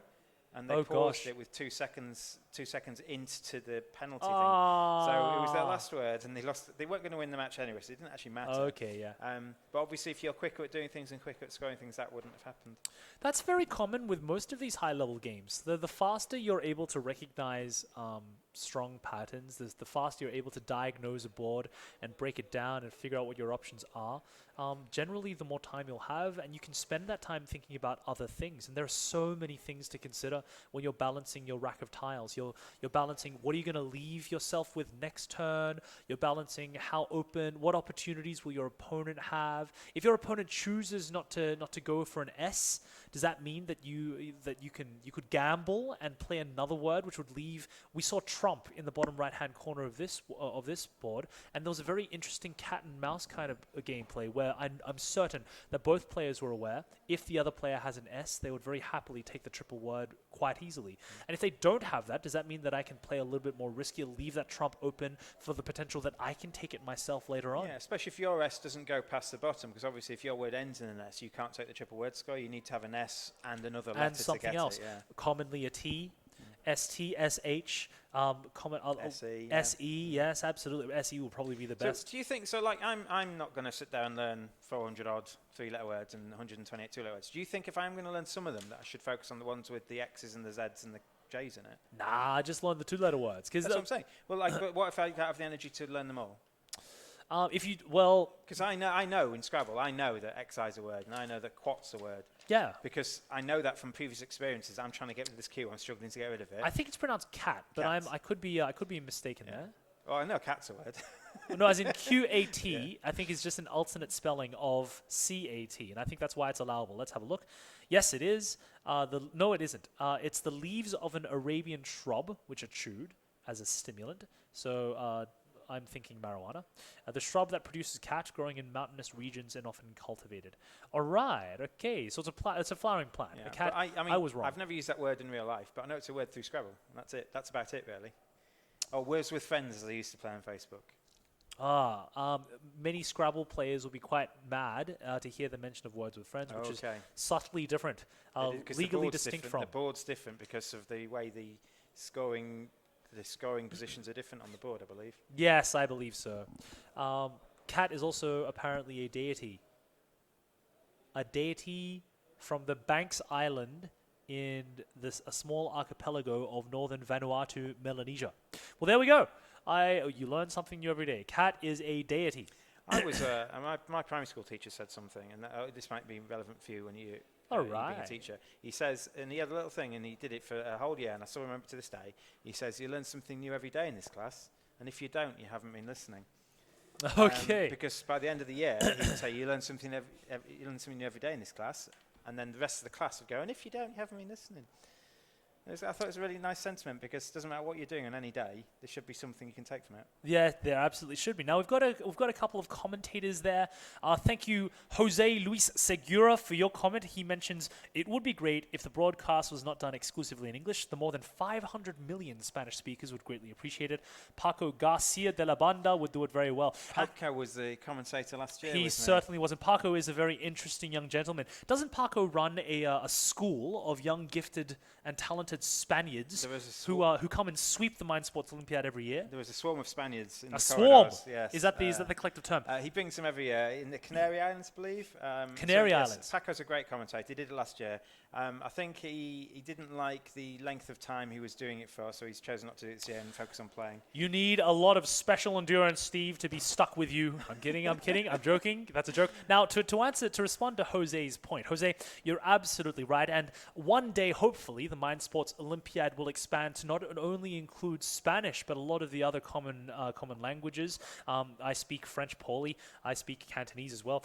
There are all kinds of people that we would like to reach one day. At present, we're only doing an English stream, but our hope is to grow. And hopefully, Jose, if you keep tuning in and if you keep writing comments and things, we'll be able to have that opportunity. And hopefully, actually, you'll be able to make it down one year to play alongside Paco and his friends. Now, I'm going to interrupt that thought for just a moment, because it looks like we have around 6 players ready to get started. Yeah, they're ready. I believe they'll probably start, again, the last match finished with about 14 minutes on the clock, so I believe they'll probably actually start at 4 o'clock. We're going to get their names in a sec. Does that look like Ellie to you? It does look like Ellie to me. Now, viewers at home, we get to witness what my friends colloquially call King of the Hill, which is where you have one person standing at the top, and you all fight that one person until that one person goes down. Because the pairings for Scrabble today are Swiss-based, and because we are featuring the top table at all times for the highest levels of play, until Ellie loses, we will get the pleasure of his company, which, you know, as an Australian is quite exciting to me because we get to watch all these young and brilliant younger people try to take him on, kill the beast, to slay the man. Destroy him with the power of his brain, which I've always enjoyed that kind of narrative, the underdog story. We have we've got a couple of other followers and commentators on our live stream. If you want to join in on our live stream, join in the chat, throw some questions at us, throw some thoughts for us to think through. We're more than happy to have you join in. Please find us on the Facebook Mind Sports Olympiad page. You'll find us at Mind Sports Olympiad, and you can leave some comments, as our good friend Jose Segura has done and Thomas Nordberg have done. Alternately, you can find us on the YouTube. On the YouTube, I feel like an old man. On the YouTube, you can also leave comments there, and we'll certainly be joining in and reading some of your comments there. Vincent Frochot, is that how you put it? Vincent Frochot, are you French, my friend? There's a bit of echo. Thank you very much. Got a couple of comments there. Vincent, a very strong abalone player, and I believe, correct me if I'm wrong later on, Steve, that abalone will be featuring in our commentary this year. Let me double check that quickly. Indeed we do. We have the Abalone World Championships playing here for us on Wednesday the 21st, and I believe our commentary for that will begin at 2:15 p.m. Now, my good friend Steve has departed momentarily to go and find out the names of our two lovely friends who are about to join us, one of which is the winner of the past two rounds that we've been watching, our good friend Ellie Damgour, who has been crushing comers left, right, and center with his very, very open and very impressive use of bingos. Many Scrabble players believe that Scrabble is a game of bingos. Who can bingo the best? Who can bingo the fastest? And it's very uncommon for someone who has fewer bingos to beat someone who has more bingos. Top tier analysis for you right there. Now, while we're talking about that, I want to talk about something that interests me a great deal. This gentleman named Jacques Bailey. Now, you might have heard both Steve and myself struggling through the different pronunciations of many of these different words. Jacques Bailey is over in America. Spelling bees are a large part of the scholastic calendar, and Jacques Bailey is the official pronouncer of the Scripps National Spelling Bee. And he's a very interesting person. He's held that post since 1999 something. He was a previous champion, held it since 1999. He did an interview lately where he was talking about how he does what he does and why it is important, and how different pronunciations evolve, how different word, what is the correct pronunciation of this word or that word, and how fired up people can get. Of course, pronunciation has a lot to do with the context in which you grow up. So communally, particularly here in the UK, but in very many regions of the world as well, communally, we learn and we decide as a group, this is the way that the word should be pronounced. And someone else, an outsider, will come in and they'll pronounce the word slightly different. And that person will go, hey, that's not how we pronounce that word. It's the way we pronounce it. This is the right way we do it. And the only real way that these rules get enforced is socially. And it literally is majority rule. The more people who decide that a word is pronounced one way, that's the way that the word is pronounced, and we have that's why we have different variations. Now, the thing that I'm terrified of is when our language evolves so much as to include a whole bunch of stuff which is not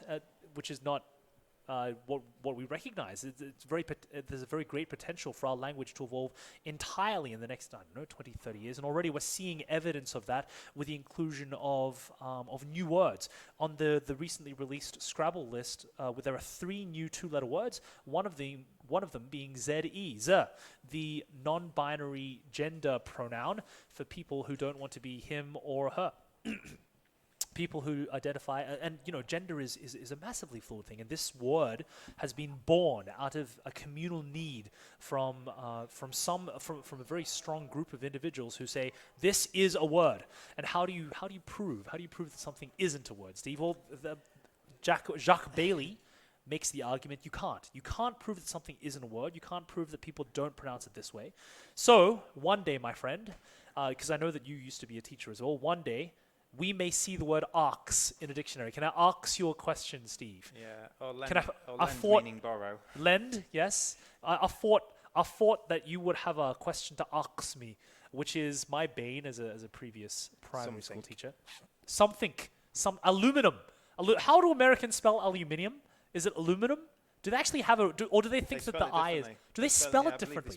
Or is it just like is it a silent I? Is that the only word that the Americans think have a silent I?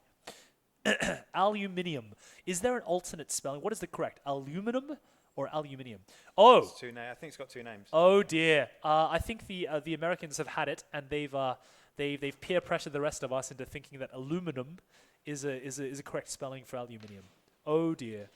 Oh dear. Sorry to our American viewers. Okay, I do have some news. Basically, these guys are about to start. They're putting the things in the bag, and I believe we do have Ellie on the left. We will get the name of the person on the right in a sec. But we've managed to get some standings after round 4. So that is before the last match. And there were 4 people undefeated. You had Ellie Dangour on the left of the screen. You had Rick Kennedy, which is Ellie's opponent last match. You had Rafael Dominic Zach. And Craig Solomons. Now, Craig Solomons is the champion from last year, the number 2 seed. The number 1 seed has actually lost a match already today. So Paul Allen has lost a match. To Ellie, to our new leader, yes. So they're currently standing there. So there should be 2 people undefeated going into this match. But it is a round in arrears, so we don't know who Ellie's opponent is. We don't. So we don't have this gentleman's name yet, but we will get that for you. And hopefully, as soon as this round started, we have managed to get potentially the standings projected onto the screen for you to see. Now, the standings matter for the people going to get the medals. There are 3 medals to be given out at every event, plus some extra ones for juniors. If you win the event, you get gold, obviously, and then silver and bronze, and that's where the tiebreakers come in, because you can have some people on the same record. You need to be able to differentiate medals. There are also medals for juniors as well. So juniors of a certain age, I believe it's under 18 or 18. It might actually be under 21, I think, a junior at this event. But basically, if there are more than 3 juniors in the event, then there will be a gold, silver, and bronze medal for juniors. If there are 3 or fewer juniors in the event, to get one of the junior medals, I believe you need to finish in the top half. So obviously, a junior who gets a gold medal and they're the only junior in the event means not only that they've done very well, they're finishing in the top half as well against some seriously good opponents. Now, one question that I always have when I watch these top players get into the business round, because we're heading into round 5. Please correct me if I'm wrong. This is round 6, actually. Excuse me. We just watched round 5, yeah. Oh, dear. Okay, so we're in round 6. Now we're in the business end of the tournament, and every match win or loss counts drastically. I've always wondered to myself, how can I get better? What are the things that I can do, that I see these guys do, that I can take into my own game so that I can beat my wife? Because it's all about not physically, of course, Steve. Obviously. across the Scrabble game. How can I beat my friends and neighbors? One of the first things that I do when I'm looking at my tile, and I have the first play, and I believe that Ellie will now have the advantage of the first play until he loses. I don't know if that's the case, actually. Right. I don't know if that's the case. It just says, I think it's randomly put up on the board that someone's going first and someone... It's random. It's called plays and replies. I don't know if it's random. If it isn't random, it will be down to the spread. Ellie's currently got the best spread. No, I don't think it will be. It won't be down to spread first. It'll be head to head first. They won't have played each other, will they? Oh, they will have, yes. They won't have played each other, so they'll be playing each other now, so the head-to-head won't matter. No, it won't. No. So it's probably going to go down to the spread unless they both played the same person, which is unlikely. Yes, against common opponents. They may have played common opponents. But they can't, because they'll keep playing undefeated people. Of course, yes. So it'll go down to the spread, I imagine, if that's what the case is. But I have a feeling it might be randomly. I believe in chess tournaments, especially chess here, it is randomly decided whether you're white or black. Okay. All right. So, thank you for that. And right now, Ellie has the highest spread of the tournament. He's at 7 plus 700 points. That was after 4 rounds. I don't know whether it happened 5, but he got another 100-odd points Okay, he's got to be up his match there. against Rick. Yeah. He's going to be up there. So when you have the first play and you draw your own tiles, it's the simplest game there is in terms of Scrabble. What's the longest word you can find? What's the biggest and highest scoring word you can find? And it gets interesting if you get to a place where you're like, well, should I play a 5-letter word which uses up all my interesting letters, all my good letters, my useful letters, my letters which are appropriate for everything, So or Ellie is going first because he's taking it out of the bag. yes, lovely. Or what letters do I leave behind? If you cannot bingo, and bingo being, of course, playing all of your letters and scoring the 50 bonus points. If you can't bingo, what letters are you going to leave yourself with next turn? And then further to that, another consideration: at what point, if the tiles you draw are so low scoring, at what point would you prefer to skip your turn and draw tiles rather than play something? So we're just getting Ellie's tiles up now, and he seems like he's got quite a good mix. He cannot bingo here. GCEYRLI.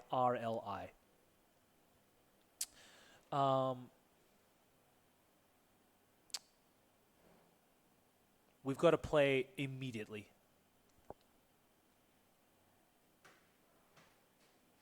Clergy. A very strong play. Immediately diagnosed.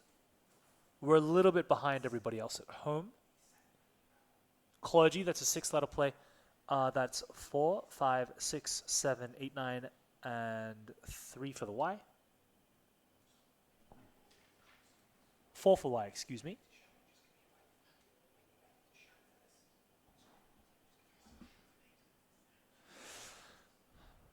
All right, and we are off. We're off to the races. This has the potential to be another open shootout style game. Ellie's begun with Clergy. And Ellie's opponent is Craig Solomons. We've just had that confirmed. Right. Craig Solomons Last year's winner. Last year's winner. He came second place in 2017. And looking back at the previous winners, Ellie actually came second in 2015. Ellie hasn't won it. A grudge match. At least for the last 7 years, where the records were a bit more difficult to spot. Okay, we've got some strong tiles here in Craig Solomon's hand. Craig being on the right-hand side, and we have Ellie on the left. Starting with the Z in hand is both a blessing and a curse. You're looking to prioritize the Z by playing parallel words here to try to score it 2 or 3 times. And he's looking at the double letter score here. Next to the above E. the ZE, yes. Yeah, above the ZE E. is a word, isn't it? ZE is a word. Let's just check this. Listeners at home, let's learn our 2-letter words together. ZE is our new gender-neutral pronoun. There are 3 new words. Well, 3 new 2-letter words which have been added to the Scrabble dictionary this year. ZE, which is the gender-neutral pronoun. OK, as in yeah. And you, EW. All right, za and z. So he's managed to put the Z on a double letter score, which means he's going to get at least 40 points for this. 21 going down, plus 22 plus 21. I see 42 points. I think that's right. The meaning of life for the hitchhikers across the galaxy. The very meaning of life. Okay. So he's actually got, looking at his rack, he's got thought already spelt out. Tough. Tough or thought. Oh, no, not thought. He can't have thought. He needs an extra H. I need to be able to spell properly. You know what? Spelling is sometimes a skill you need when you play Scrabble, Steve. Yeah, I can't spell to save my loaf. You know what? Neither can I, but don't tell our viewers that. Alrighty. So we've got tough, and here we go. Sight. We have, which we're about to see. Sight over the top. Sight and car. And see, again, he's put the C on the double word, so he's going to get both words Gosh. to be doubled. Okay. They're not very high scoring words, but the fact they both double's pretty decent. C being worth 3 originally, yes? Yeah. Okay, so 22, I believe. Puts him on 46. I concur. As you can see now, thankfully, our wonderful cameraman has not only got the names of the people for you people at home, but we've got those names too now, so it's much easier to refer to the people. So lovely. Ellie Dangour on the left, currently with the best spread in the tournament, and Craig Solomons on the right Hopefully, these two are the last undefeated people left. It does not mean the winner of this match will win the event. But based on there is tie-break a rules. great possibility of that happening. Yeah, because whoever these play next is probably going to be a weaker opponent than either the other one of them. Well, anyone that they play next, the loser from this match will play someone who has a similar record. Yes. Mm-hmm. Yes. So the loser of this will be 4-1. Correct. And the loser of this will be 5-1. They're both 5-0. Okay. They're both 5-0 now. the loser of this will be 5-1. He'll play another 5-1. But the winner will also have to play a 5-1 because they'll be 6-0. Indeed, yes. And So they're this playing could very much be the deciding Scrabble, the deciding game of the tournament. This could decide our winner here, and I'm sure both of these players are very much aware of that fact. Now, do we have an update for our score? We have 46 for Ellie, who just played Sight, Yeah. and we have 42 with Craig, but he still has the turn. He's got Hut set up. You're thinking it's a parallel word. Do you think it's a parallel word No. above the I? You Of can't. sight? No. H-U-T? Oh, I see. H-I and then U-T. Is U-T a word? He could be, yes.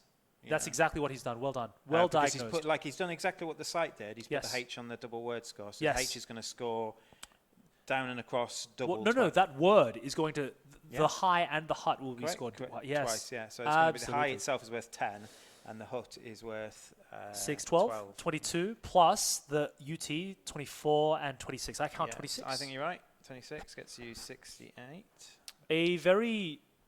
You'll notice, as in if you keep track of, as we've been doing, if you keep track of the words that these high-level players are playing consistently, they are 25 to 30 points, consistently. And I think that's one of the differentiators. We had a great question from Kyle Langley. That's one of the great questions, I think, that one of the great things that separates good and great players.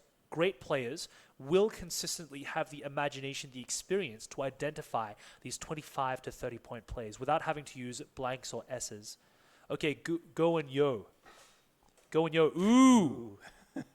I would never think that's a word, but I guess it must be because they've swiveled it quite quickly. They're not going to. These players aren't going to get two-letter words wrong, are they? Ooh is wool. It's these. I tell you, it's these. It's all these like Scottish people with alternate pronunciations of words that have horned themselves into my these. spell checking's lied to me because if I type in double O in spell check, it will tell me it's not right. Nope. It is. Ooh is an alternate spelling for wool. Apparently. This brings me, looking up these words in part, I'm amazed at the ability of these guys, these gentlemen and ladies to learn these words. Yeah, he must have had a difficult choice because it only scores 10 points. Does it really? Yeah. So we've got Doth. Now, Craig's short of vowel at the moment. He's only got six the one. consonants. Indeed, but his consonants do combine So very well. He's looking at Doth. Do you think he's looking at putting it underneath Go and Yo? He's got Goth as well, Gog. He could. Yes, you. No. CH is a word? It must be. How many words are there without a vowel? There can't be that many. Two-letter words anyway. Yes, absolutely. Without a Y as well. I mean, why? It's an obsolete form of I. So there's an interesting question, actually. Words that are obsolete, i.e. no longer in usage, words. Clearly. And another question is, how do they curate this list, which is always up for massive debate when they get up to the highest levels of Scrabble competitive play. They curate, I believe. Actually, that's a good question. Why do you think he spelt Doth instead of Goth? Because Goth would. Perhaps he's wanting to keep the G as a higher scoring tile. The G scores 2 as well, doesn't it? As G and D are 2. Aren't personal preference, or he may understand that the G has greater potential later on with the letters that he has. From memory, because we can't see his tile right now, he does have another G. We're just going to look at the standings. Hopefully, for our brilliant cameraman behind the screens, is putting the standings up on the board for us anyway. We're just looking at the people who are. I believe that might be the standings from last year, actually, again. So we're going to try and sort out the technical issue for you. So I believe that's the standing from last year. You can see Craig Solomon's won last year. Yeah. He actually lost a game last year, but he did win. And Ellie looks like he didn't play he didn't do very well last year. But that's the standings from last year, I'm afraid. So I don't think we'll try and get the current standings as soon as we know. We do know for certain that these are the last 2 undefeated players. So potentially the winner of this will probably certainly get a medal of some sort. It's not guaranteed to be gold. No worries. Okay, and we're back. All right. So we're catching Ellie mulling over his options here. We see Entian with a blank. These are good tiles. These are in terms of not bingoable, surely. Venetian? A Venetian's a proper noun, isn't it? Yes, it certainly is. Or a type of blind. Oh yes, true. Yes. However, I don't see many bingos. No, he's oh no. I'm a bad person. Nations. Right. Here we go. Nations. To innate. What is to innate? Oh, yeah. Okay, I've heard of innate. Growing out or outwards. Growing relative on the mother's side. To innate. We're learning new things. That is a bingo. That's a bingo. So what does the bingo score? We have a bingo is an extra 50 points. I think I'd like to play a game with our viewer base. If you manage to find a bingo before the players, you win. I spotted one last match. So this doesn't have You to do? be a bingo that fits on the board. It Right. just has to be a bingo from the 7 tiles that have got in front of them. Sure. And You if know you what? can- Okay, you know what? We'll make it easier. We'll make it easier. Can you make a bingo with just the tiles in hand? Or we'll open it up as well. If you want to use one letter which is playable on this board as well, I think I'll allow that. Then you win 10 internet points. Ooh, okay. So Craig has made the tactical decision here to exchange tiles rather than play in. I'm trying to score nations, and if you get 2 doubles, do you double then double? Yes, it works the way that So you it's want it to. quadruple. No, that's Yes. the best way possible, isn't it? The best way, and And that's the with oth- all of them actually. Yeah, but also if you get a triple letter or a double letter or triple letter, you triple a letter first and then you double or It triple works a word. exactly how you want it to Yeah. work. Yeah, Although you can't get a triple letter and a triple word in the same score. In the same time. very difficult unless you're Which- cheating. Yeah. I'll go diagonal I- for this letter play. I think it's legal. Even then, it's impossible. Isn't It's it? legal when I'm playing my wife. Speaking of which, I see the word spank. That's a bad joke. I shouldn't say that. Here we go. We are looking at the tile rack of... Who is that? This is Ellie? So Ellie? Craig passed, and we're back to Yes, Ellie. we're in Ellie's rack here. And we've got... This is strong. My immediate impression is there has to be a strong play here. There has to be. Especially with the E, N, A, and the T of nations. All prime for parallel words, absolutely. You've got pongs. Pongs, yes. Yes, that's exactly what Ellie has looked for. Pack. And car. Now he's not submitting it until he presses. Until he presses the thing. So he's considering tile placement here. He's looking at wanting to exchange some letters here. Pack, an alternate spelling of pack, P-A-C-K. Let's go back to it. He has submitted it, and Chris is scoring it, so he's agreeing to everything there, all the subsequent words. Now the P is on the double word score, so it's going to score twice. Should we be here? We should be. We should be here, right? I believe so, yeah. Yes, okay. All right. So, we've just had predate.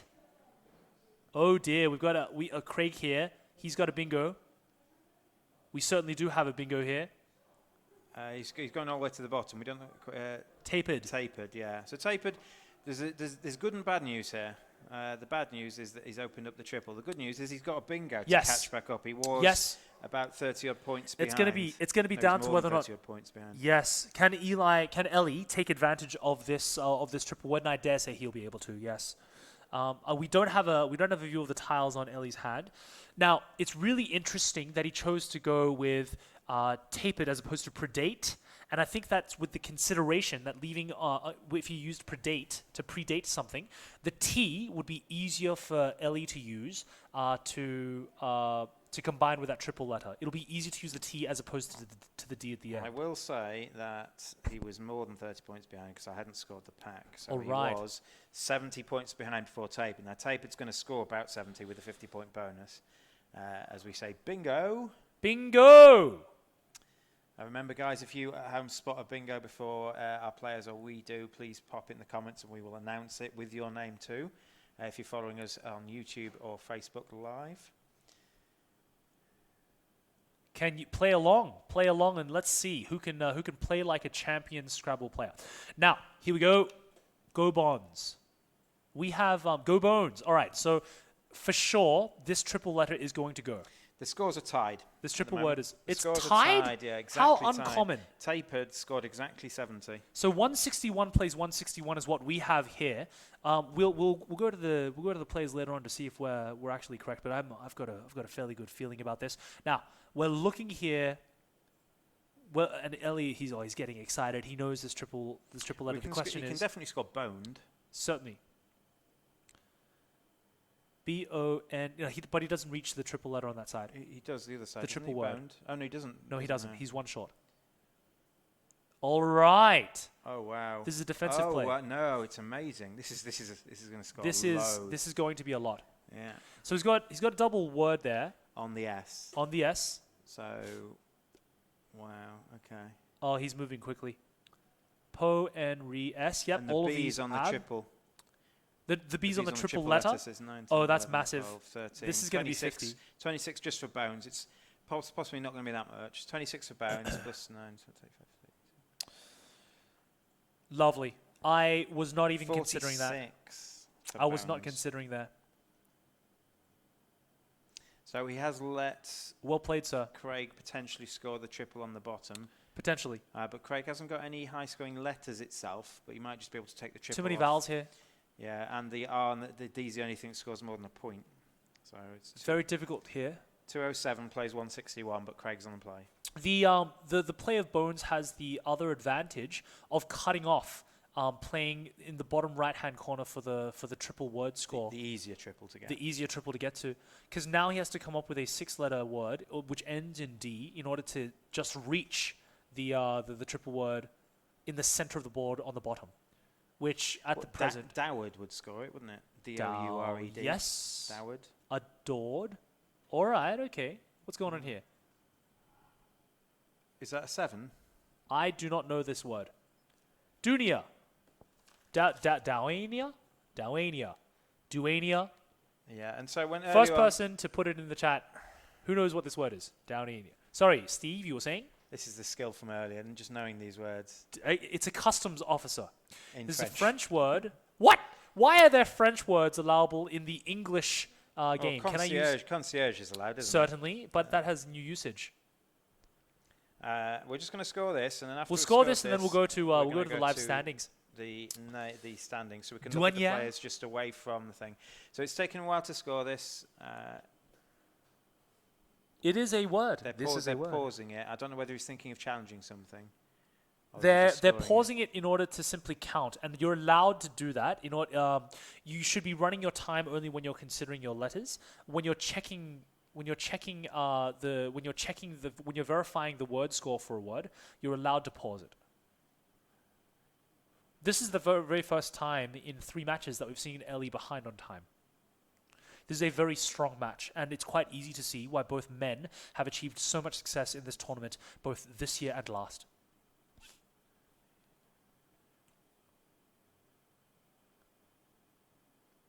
I'll leave Steve with that while we look up this definition. Douanier. This is a French word for a customs official. 76. So the 2 7 letters he's got in a row have just been with really low scoring letters. Yes. But 76 is still pretty good. Takes him into the lead on 237, plays 207. This will be the first time, I believe. Excuse me, it's not. Second time Craig's in the lead. Okay, the lead has switched back and forth like a pendulum. Craig is on 237, with Ellie on the left being on 270. He's 30 points behind. Interestingly, Craig has actually put his tiles back once as well. Very interesting indeed. He's got 2 bingers in a row, so that putback has been sensible. We're going to look at the live standings now. This is after 5 matches. Hopefully we've got the right. That is correct now. It looks like we've got 3. So because the matches are played around in arrears, this is why we've got 3 undefeated people, not 2. If it was proper Swiss, everyone would play, all the undefeated people will keep playing each other. And because it's around in arrears, you might find yourself being paired as an undefeated person with someone who's already lost, where there are other undefeated people you could play against. And that's what's happened here. You can see Ellie is leading and Craig is 3rd currently. And they're playing each other based on seeds. So Raphael being the 4th seed, wouldn't play the second seed while there's still a lower seed left to play. So that's why Ellie is playing Craig in this particular case. It's not down to the spread, although we're not quite sure, but Chris might be right in that the spread might dictate who goes first. So if Rafael can win this match, and the winner of Ellie and Craig would play Rafael for effectively the outright gold medal for the person to be 7-0. If Rafael doesn't win this match, it's potentially going to go down to tie breaks if there's no undefeated players. But if Rafael does win this match, there will be guaranteed to be at least one undefeated person left at the end, and the winner of that match will win the gold medal. You can see down there are 6 people potentially with only 1 loss. Are you looking like that? Usually the medalists will come from 3 of the 6 people with 1 loss or better at this current point. And you can see the spread there. The spread just means the total net points you've got over the course of the game. So Ellie's done very well. He's scored 846 points more than his opponents in the 5 games he's played so far. So with that in mind, we'll refocus that with 1 match to go, and we can see the various permutations going to the last match for the medals. But we're going to go back to the play and see what Ellie's played. Still thinking with the tiles in hand. But again, Ellie seems to draw more blanks than his opponents. I don't know if you've noticed that, Chris. But Ellie's got another blank there. Only got 1 vowel, but he's got potentially an I and a G. So if he uses that blank, so he's got 2 vowels. If he uses the blank as an N, he's got ing. Ing is a very decent thing to have. Ing is a lovely thing to have. It's always better. I've always believed that it's better to be lucky than good. It's something that a lot of salty poker players have said to me at one time or another, or Magic the Gathering players, better to be lucky than good. Variance is certainly a big part of this game, and you'll notice that over the long run, good players should still win. But there's no getting away from it. Tile draws and being luckier than someone else is certainly something that can happen in a tournament. Doing the right thing puts you in a position to potentially win every match, and then you do need a bit of luck on your side as well. I play competitive Magic a great deal, and I've been following a commentator by the name of Luis Scott Vargas, one of the strongest Magic players in the world for a while. I watched some of his streams. I think he's very good at explaining the reasons for why he's doing things. I got to make his acquaintance this year at the... Dawani. It looks like an Indian word. While I interrupt my thought. A Dawani, a unit. Here we go. It's the post of Dewan. I don't know what a Dewan is. We're learning a lot of new stuff. Dim scores 36. The chief or finance minister of a state ruled by an Indian prince. Yeah, the chief or finance minister. This is just high-class Scrabble here. High class. The last 3 words. Tapered for 7 letters. Douanier for 8-letter words. Again, getting rid of all his tiles. And Diwani from Douanier and getting a triple. So he doesn't get rid of his rack. He's finally not bingoed. But he scores quite highly here. We are witnessing a clash of Scrabble titans here. I'll quickly finish my thought. Luis Scott Vargas, who I managed to meet this year at the GP here in the Excel rooms, he says that skill is the ability to capitalize when your luck is good and to mitigate the effect of when your luck is poor. And that was his musings in Magic. And I think it holds just as true in Scrabble, as well as any game where there's an element of variance. Yeah, where there isn't open, where all the information isn't open. So yes. Like you're drawing an improvement card in Catan, or yes. whether you're rolling dice in, any game that has dice, backgammon. Yes, absolutely. Yeah. So thank you, Luis Scott Vargas, for your words of wisdom from 2010. But it wouldn't apply to chess, where the information is open and there's no, it wouldn't. There's no look or hidden information. No, it's just you're a bad player or you lose. You're a terrible human being. No, you're not. You're not. It's your opponent's geekier than you are. You just don't know. There are more things to learn in chess, which we will be commentating at the end of our 2-week schedule. I will be commentating chess 960 and color chess later on. I believe I'll be joining you for that. Lovely. We'll have we have quite a few chess variants here at the Mind Sports Olympiad, one of Europe's most celebrated and most prestigious board game tournaments, and for good reason, because we get to watch titans of their craft, like Eli and Craig Solomons as we see them here. So one of the things about the Mind Sports Olympiad is there are some overarching competitions. So you've got the overall junior prize, you've got the overall seniors prize, you've got a Euro Games prize. But the one that most people fight for, at least the people who come for the whole week, they fight for something called the Penta Championship. And the Penta Championship is your 5 best scores with some restrictions over the course of the week. And basically what happens is there's a fancy calculator, depending on whether the event is premium or not, depends on how many entries you've got or not, or how well you've done an event. But you get a score, and generally if you win the event and it's not premium, you'll score not quite 100 points, you've got 99 point something or 98 point something, depending on the entries. The more entries you've got, the more that will be close to 100. And the premium events, like Scrabble is one of the premium events, and Catan is one of the premium events, it's also going on in a different room, will score slightly more points, so you might get up to maybe 105 if you win that, especially since Catan has got many more players in this. I might interrupt you slightly there. We've just had a new word played, Stephen. We'll return to that idea very shortly, because the Pentamine is something near and dear to my heart. And one of the main, as you mentioned, one of the main reasons we play the MSO. Ghee, that's the word I don't know. Clarified butter, the thing that makes all vegetarian Indian food delicious. And vlog, a new word which has come up not this year, but certainly in the past 5 years, a video vlog, played by Ellie. Yeah, for 15 points. So 15 only? He doubles the V, but the rest of them I might be missed 8, 9, 10. And dangerously here, No, dangerously. It's 19, apologies, 19, my fault.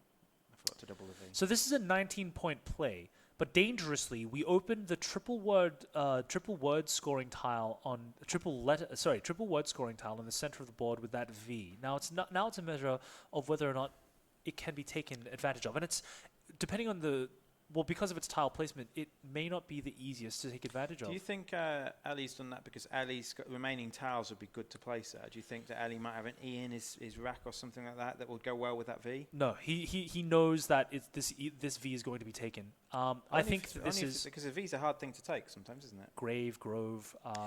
With the tiles he's got in his hand, yeah. I would actually love, at this point, to talk to Ellie about this, because you would think that this is opening up the triple word score. I believe that he's doing this because he's getting rid of the V, the L of the L. He's cycling through 4 letters, and I think that this is a play because he knows what tiles are remaining in the bag, and he's looking to try to bingo. I think that he sees, before that point, it was 243 to 282. So he's, and because the spread isn't as relevant here, losing by 1 point is the same as losing by 50. So if you're behind a bingo anyway, you may as well play towards winning that bingo, right? He's not taken it. He's gone another parallel word, make lots of triples. Oh my God. I don't know what this is. This is going to take me, Agora is a marketplace, I believe. Okay, yes, a marketplace. Like an old marketplace where people used to trade. I think I'm familiar with this. A place of assembly in ancient Greece. Not quite assembly. My year 5 class. Close. Year 5F would be quite mad at me now, because we studied this in when we were going through our Greek sessions. This is a lot. Which means that now, if we're now seeing Ellie's rack now, he has the potential to use. He's got quite a nice rack, with the exception of only 34, because they're all 1s and 2s.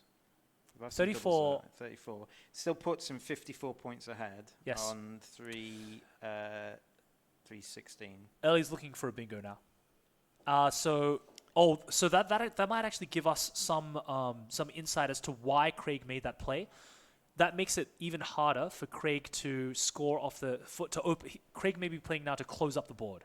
So he may be playing to close up the triple on the bottom. And we'll see whether or not that pays off. It'll be very interesting to see how close we are to their understanding of their thought process. Fons. And abs. Fons will be more than one fon.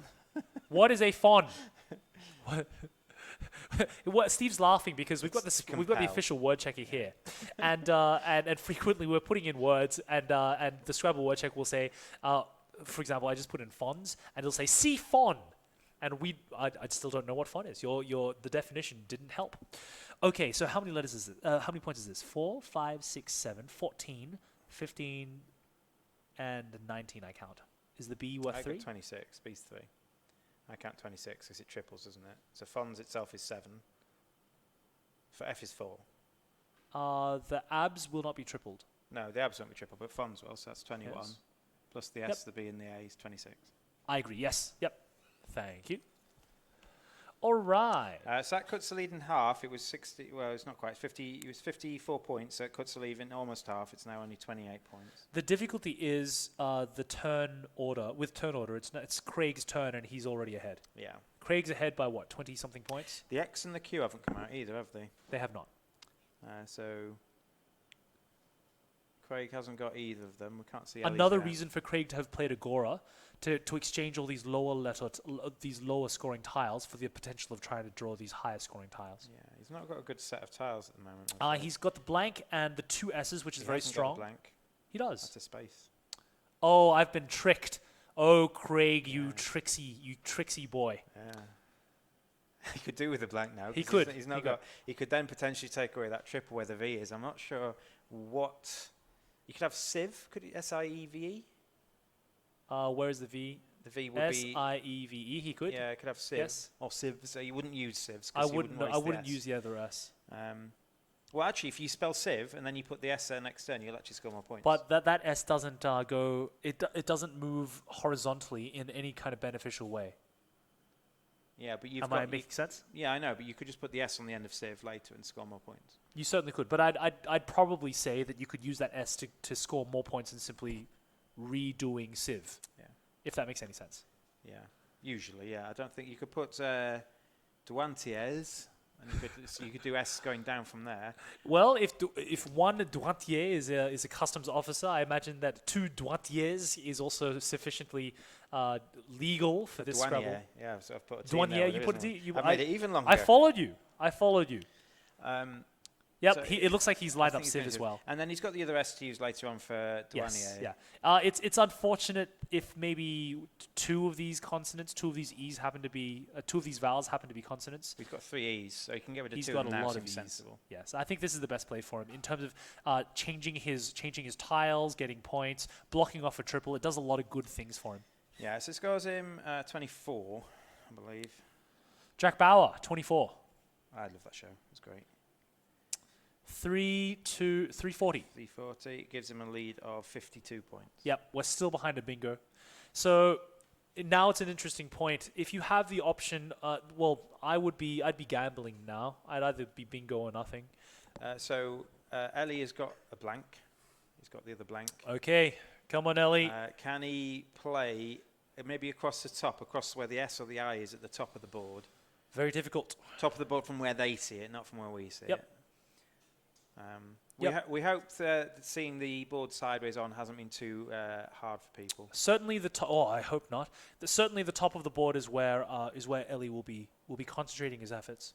Now we see his tiles. Blank NEBR VM. He's one or 2 vowels short. So it's really tough to use this S. He may be looking at the AD on the very bottom of the board as well, or he's got individually high scoring letters. He could be using these triple. He could be thinking about these triple letter tiles on the left and right of Civ. So where the I is, so in line with the I, if Yes. you could play a word starting with like maybe a B or an M and having a V on the other one or something. Yeah. At that point, perhaps playing parallel to Civ. Playing parallel won't Yes. get any of the triples. The triples are the No. dark But ones. I could play something like the M or something on to create me and then play up. Yeah, possibly.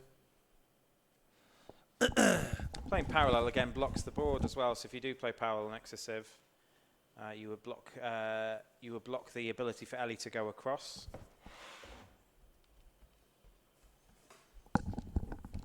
This is where champions rise. Here we go, Ellie. I believe in you. Do we have a play yet? No, we don't. He's clarifying something? No, he did play. He played Hut. He did just play Hut. No, yes. Has he played the UT Yes, on he Hut played the UT on Hut. above sight, I believe. Okay, is this a waiting move? Is this Did he play Hut? No, I don't think. No, he played Doth, sorry. He played Doth above Douanier. Or did he? No. No, Doth is it Hut? Am I being silly? Hut's already been played. Here. Unless he just missed passed. Did he just pass? No. He wouldn't have passed. He would have exchanged tiles. That's what I meant. Did he just put 2 tiles back and... Perhaps we'll be able to we've had check Hut. out his tile rack shortly.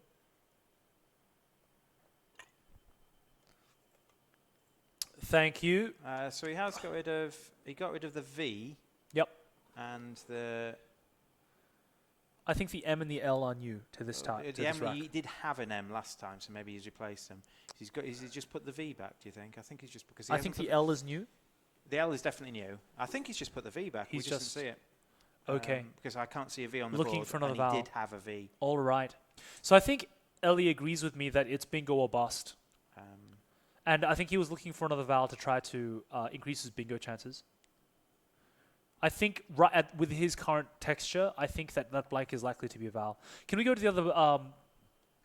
We'll tune into the other tile. We'll tune into think Craig's it's a tiles. pass. We didn't see because we were chatting and checking laptops. Okay, QU. All right. So we like to see QU together.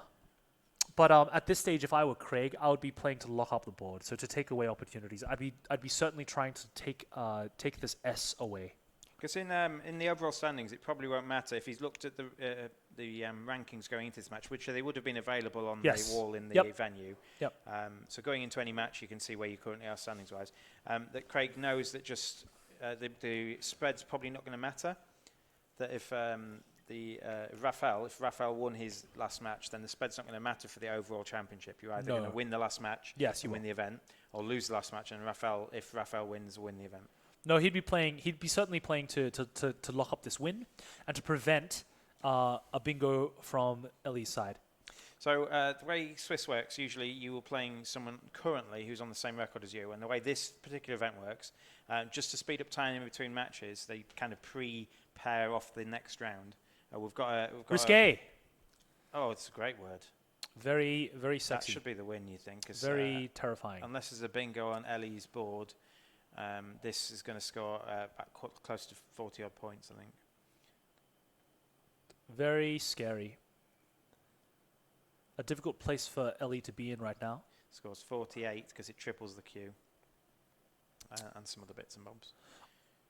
One thing that I'd love... It's a 100-point gap now. 100 points. 100 points. One thing that I'd love to point out to our viewers is not only across the Scrabble tournament, but something that I've noticed across many of the other tournaments here at the Mind Sports Olympiad is the demeanor of our players on our top at the top levels has always been gracious.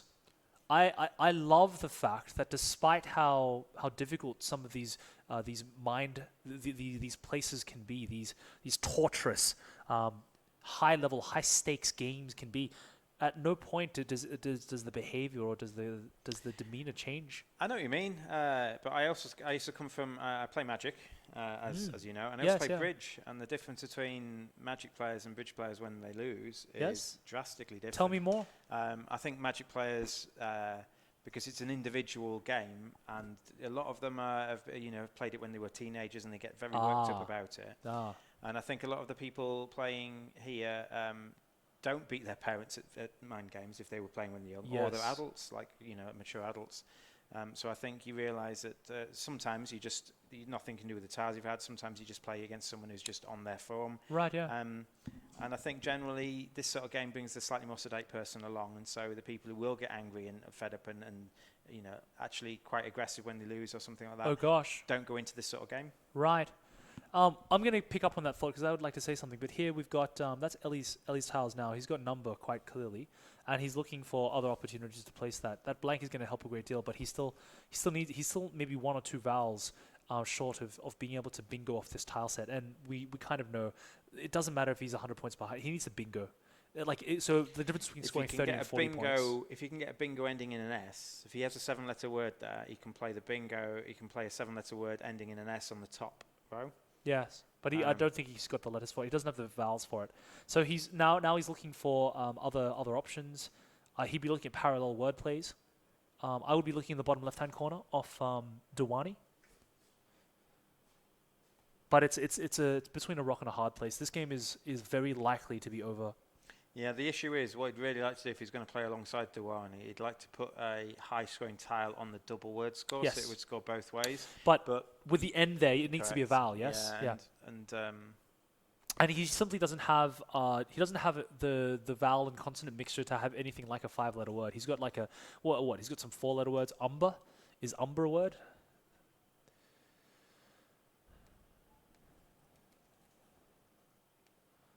It is dark brown to reddish brown. I'm a good person. I should know that. We have some umber sleeves in our shop for Magic. All right.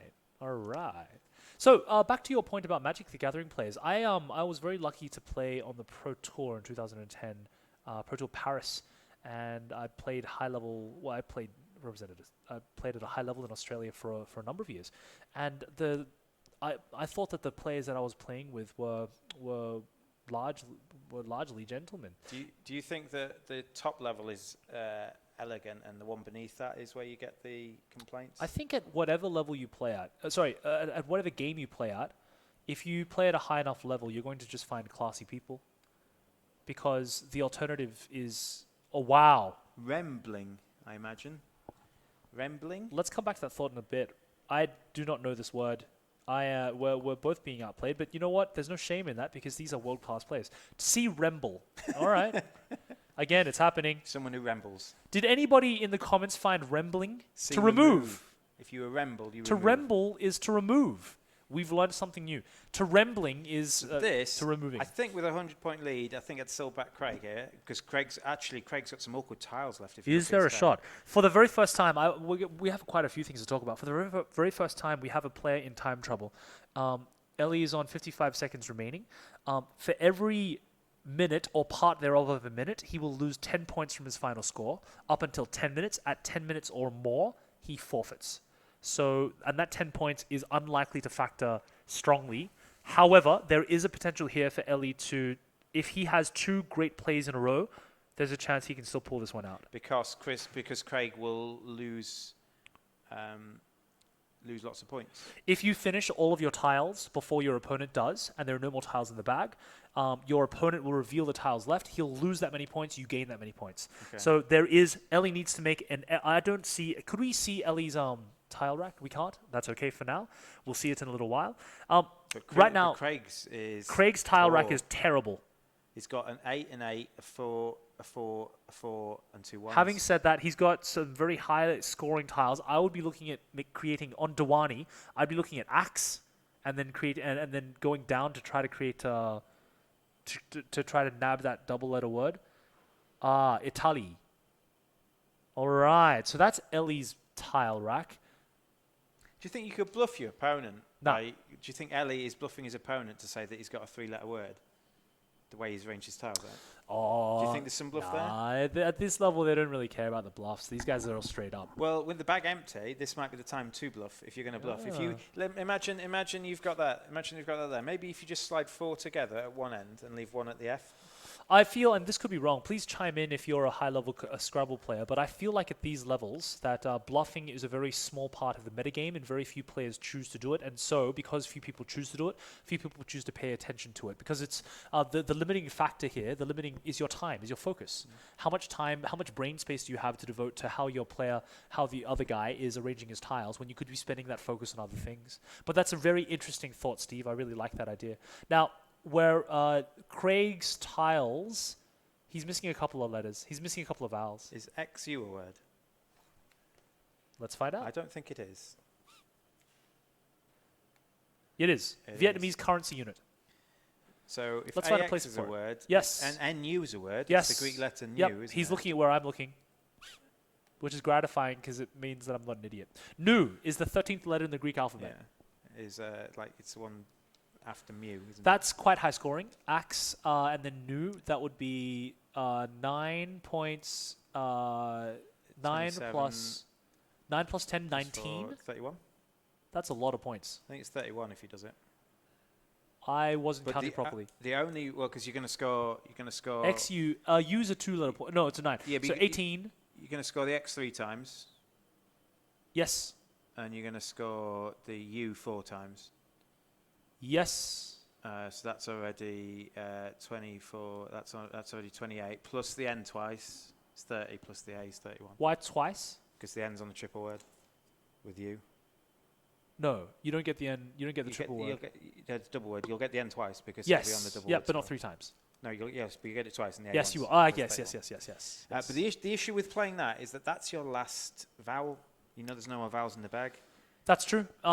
Which he will certainly be thinking about now. So actually, Ellie's got a chance. Oh no, he's playing a longer word. Futex. I've never heard of that. Is this? What on earth are they making up here? You know what? I would be delighted. I want there to be a bluffer. I want there to be someone to just put something out there. But you know what?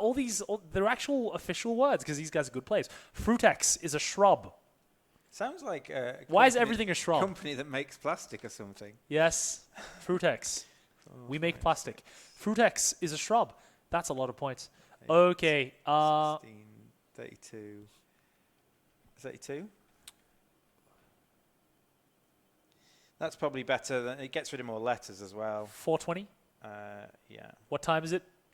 4:20. He's got 54 seconds as Ellie now. But he's probably already got his Ellie's moves moving planned quickly. out. Oh my god. He gets trembling. Strong really play. Good. And I tell you what, if Craig did have a T in his hand, he might have missed that. It's not that strong, considering the board texture. He's what, 70 points behind? ITA, is that? Yeah. Oh, damn, He's got an IL left. Oh, and T's on a double word score. Okay. T's on a double word score, so Okay. it's going to be 6 that way, and then double trembling. It's gonna be considerable, but I wonder. It's only 30 points actually. Okay, so he's still 40 points behind. He's 35 points behind. Okay. Jow. And there's another one of those new words, new 2-letter words. You. Jow? No, you. Oh, EW. Yeah, you. I don't like that play. Terrible. Yuck. You. As my year 5s would say. You. This is Anile. Kami.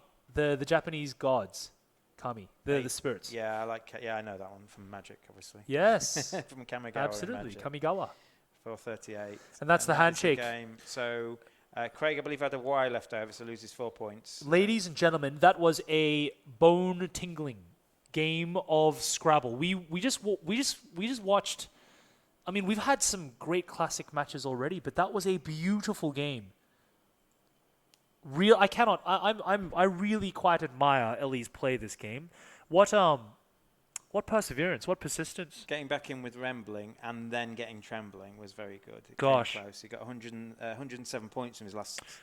Hats off to Craig Solomons. Well done. I can understand why you won last year, sir. Beautiful. And, for the viewers back at home and for Steve and I, we've learned a whole bunch of new words. Whole bunch of... Bartek is smiling in the corner. He's our cameraman. Hello, Bartek. So the scores there, 434 to place 401 in favour of Craig Solomons, the defending champion. That is only a differential of 33 at times, and it's such a credit to both Ellie's play and Craig. At times, it felt like Craig's score was miles further than a 33-point differential. He was at one point 100 points. 100 points ahead. After Risque got him 100 points ahead. How much? You just have to block out the score, and you simply have to play good Scrabble. Reeling in a 100-point differential to only a 30-point differential is astonishing. Yeah. Gentlemen, well done. They can't hear me now, of course, but I hope they're able to hear these comments later. Let's count how many we had. 4 bingos, 2 each, but Craig was just slightly more consistent throughout to stay ahead there, I guess. Beautiful. Yeah. This is hilarious. Thank you, Thomas Nordberg. I hope it's hilarious for all the right reasons. I'll ask you to Obisogin. Please explain why.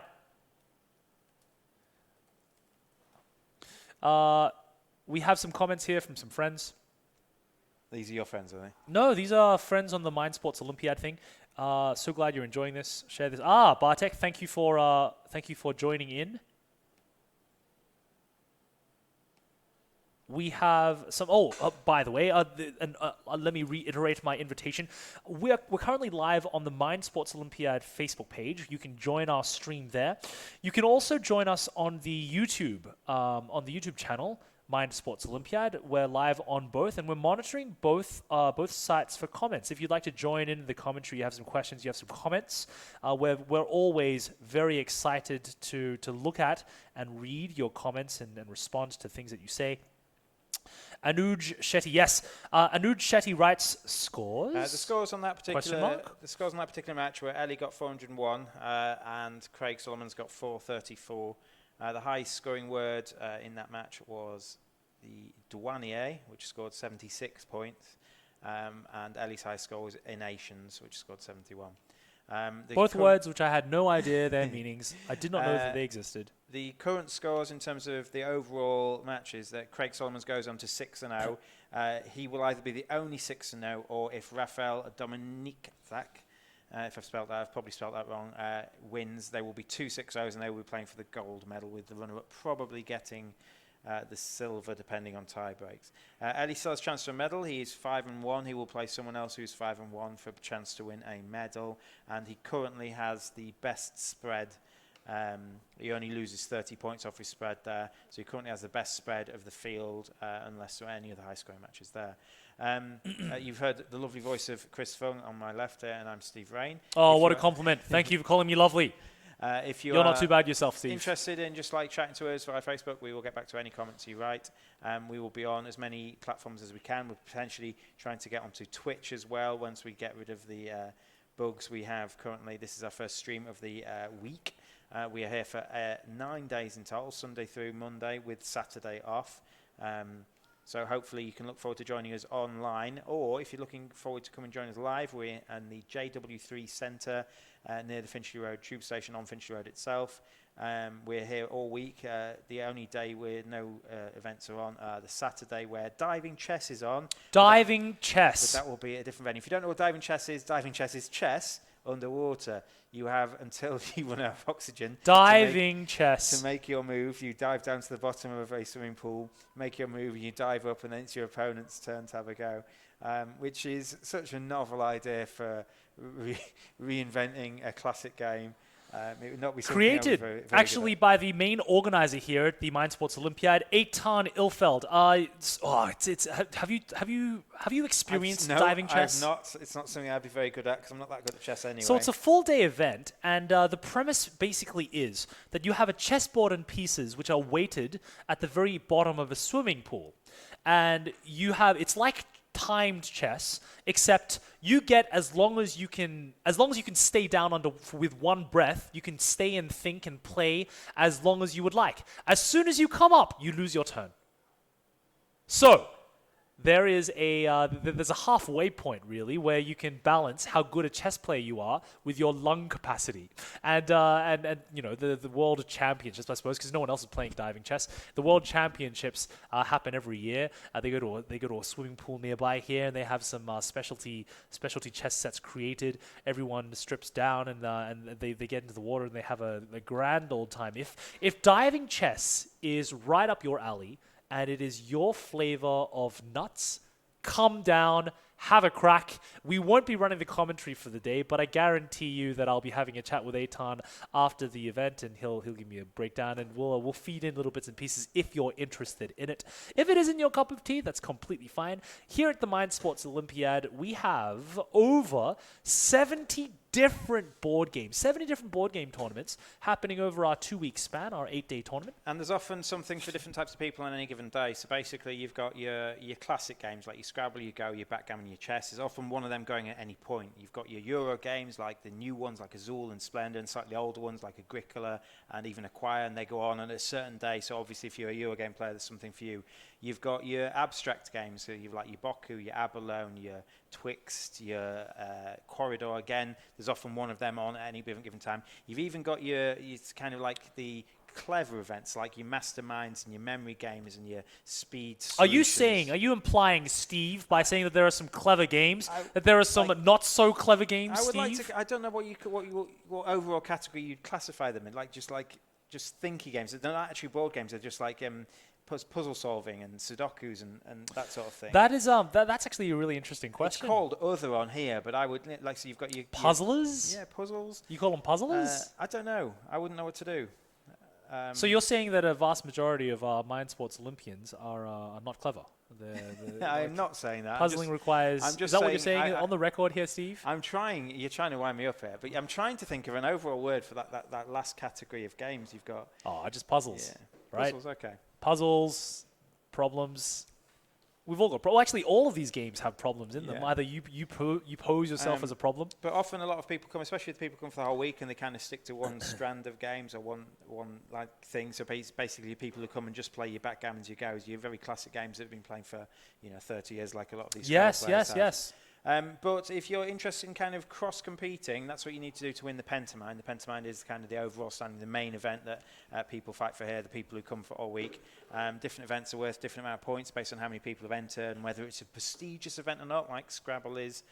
For this case, they would be, if you look at the kind of timetable for the Mind Sports Olympiad, they will be all the ones that are kind of shaded. They will either be the World Championship events or just the premium events. I love the Pentamind. I think it's an extraordinary thing. You play all of these different tournaments over the weekend. It really incentivizes you to play a really broad range of tournaments. And as you mentioned, Steve, the more players there are in a tournament, the harder a tournament is perceived to be, the more points you would get for winning it. But also, you can get there are some tournaments where if I came second in it, I get just as many Pentamind points as I would if I came first in a lesser event. A lesser event being one that is less populated, is less popular, etc., etc. Or it's not a premium event. So like obviously Catan's just so well known now that anyone playing Catan attracts a lot of people and it gets those premier points. Of course, yes, and I don't know how they decide which games specifically get that premium tag. In fact, amongst the players who are competing for the Pentamind, that's a bit of a contentious issue. Why isn't the game that I'm really good at a premium event? Well, it's because we don't like you specifically, good friends. The Pentamind is interesting because you have to be good at everything.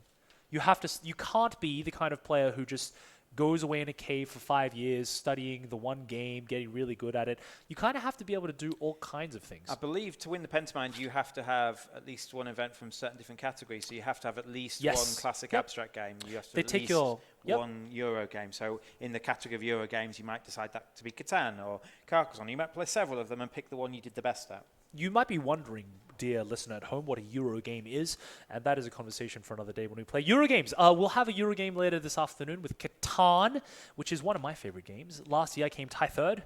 Congratulations. Thank you very much. I didn't get on the podium, but I got the crown in my heart. I also got to beat up Ankush in the second round of last year's Catan finals. Semi-final? No, I beat him in the second. No, I beat him in the second round of our Catan tournament, and which is lovely because not many people beat Ankush at anything. So last year he had an amazing year. He won by quite a way for the overall Pentamind, but he won something like 5 or 6 events along the way. But he didn't beat me. He did not beat you at Catan. He did beat you at Liar's Dice. He did. I let him win that. I'll go on record and say that the fight. So Ankush, for those of you wondering at home, I'm certain that we'll get to see some of his gameplay over the weekend. Ankush won the Pentamind World Championship last year. So he managed to amass the highest cumulative score across 5 different games. His best 5 games, yeah. And it's not actually the first time, correct me if I'm wrong, it's not the first time that Ankush has won the Pentamind. He won it joint with Andres Kusk one year. They both came joint, which is amazing, given that the points go to like 2 decimal places. Extraordinary. They came joint first in 2013. I think they were both juniors at the time, at least Ankush was. Juniors being... He's quite young. Ankush is quite young. He's 25? Late 20s now, yeah. He's 26? a bit older than that, I think, yeah. I should know, I'm his friend. But he came second 3 years in a row until last year where he won it. But those people, again, if you know any people here who have done very well in the past, there's Demis Sasabis, who's won it the record 5 times, although he's not currently competing. No, he's now a sponsor. Okay, we have our pairings for our penultimate round, round 6. No, our last round. No, our last round. Excuse me. So the winner of this game is going to be, and we have 2 undefeated players fighting one another.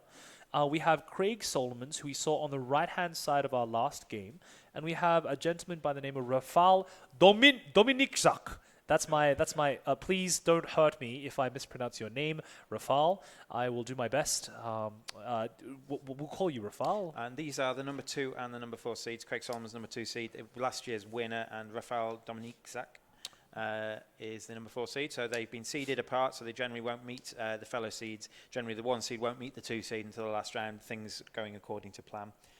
So that's how it works with the seeding. That basically just means that as the tournament nears the end, you still get some high-quality matches. I tell you what, I'm looking forward to a clash of titans. And we're going to leave that for a little while. We'll get started in about 5 minutes' time. It's 5 o'clock now. Our 2 minutes, excuse me, thank you. Tournament is ready to get started in 2 minutes, and in the meantime, I want to go back to talking about Ankush.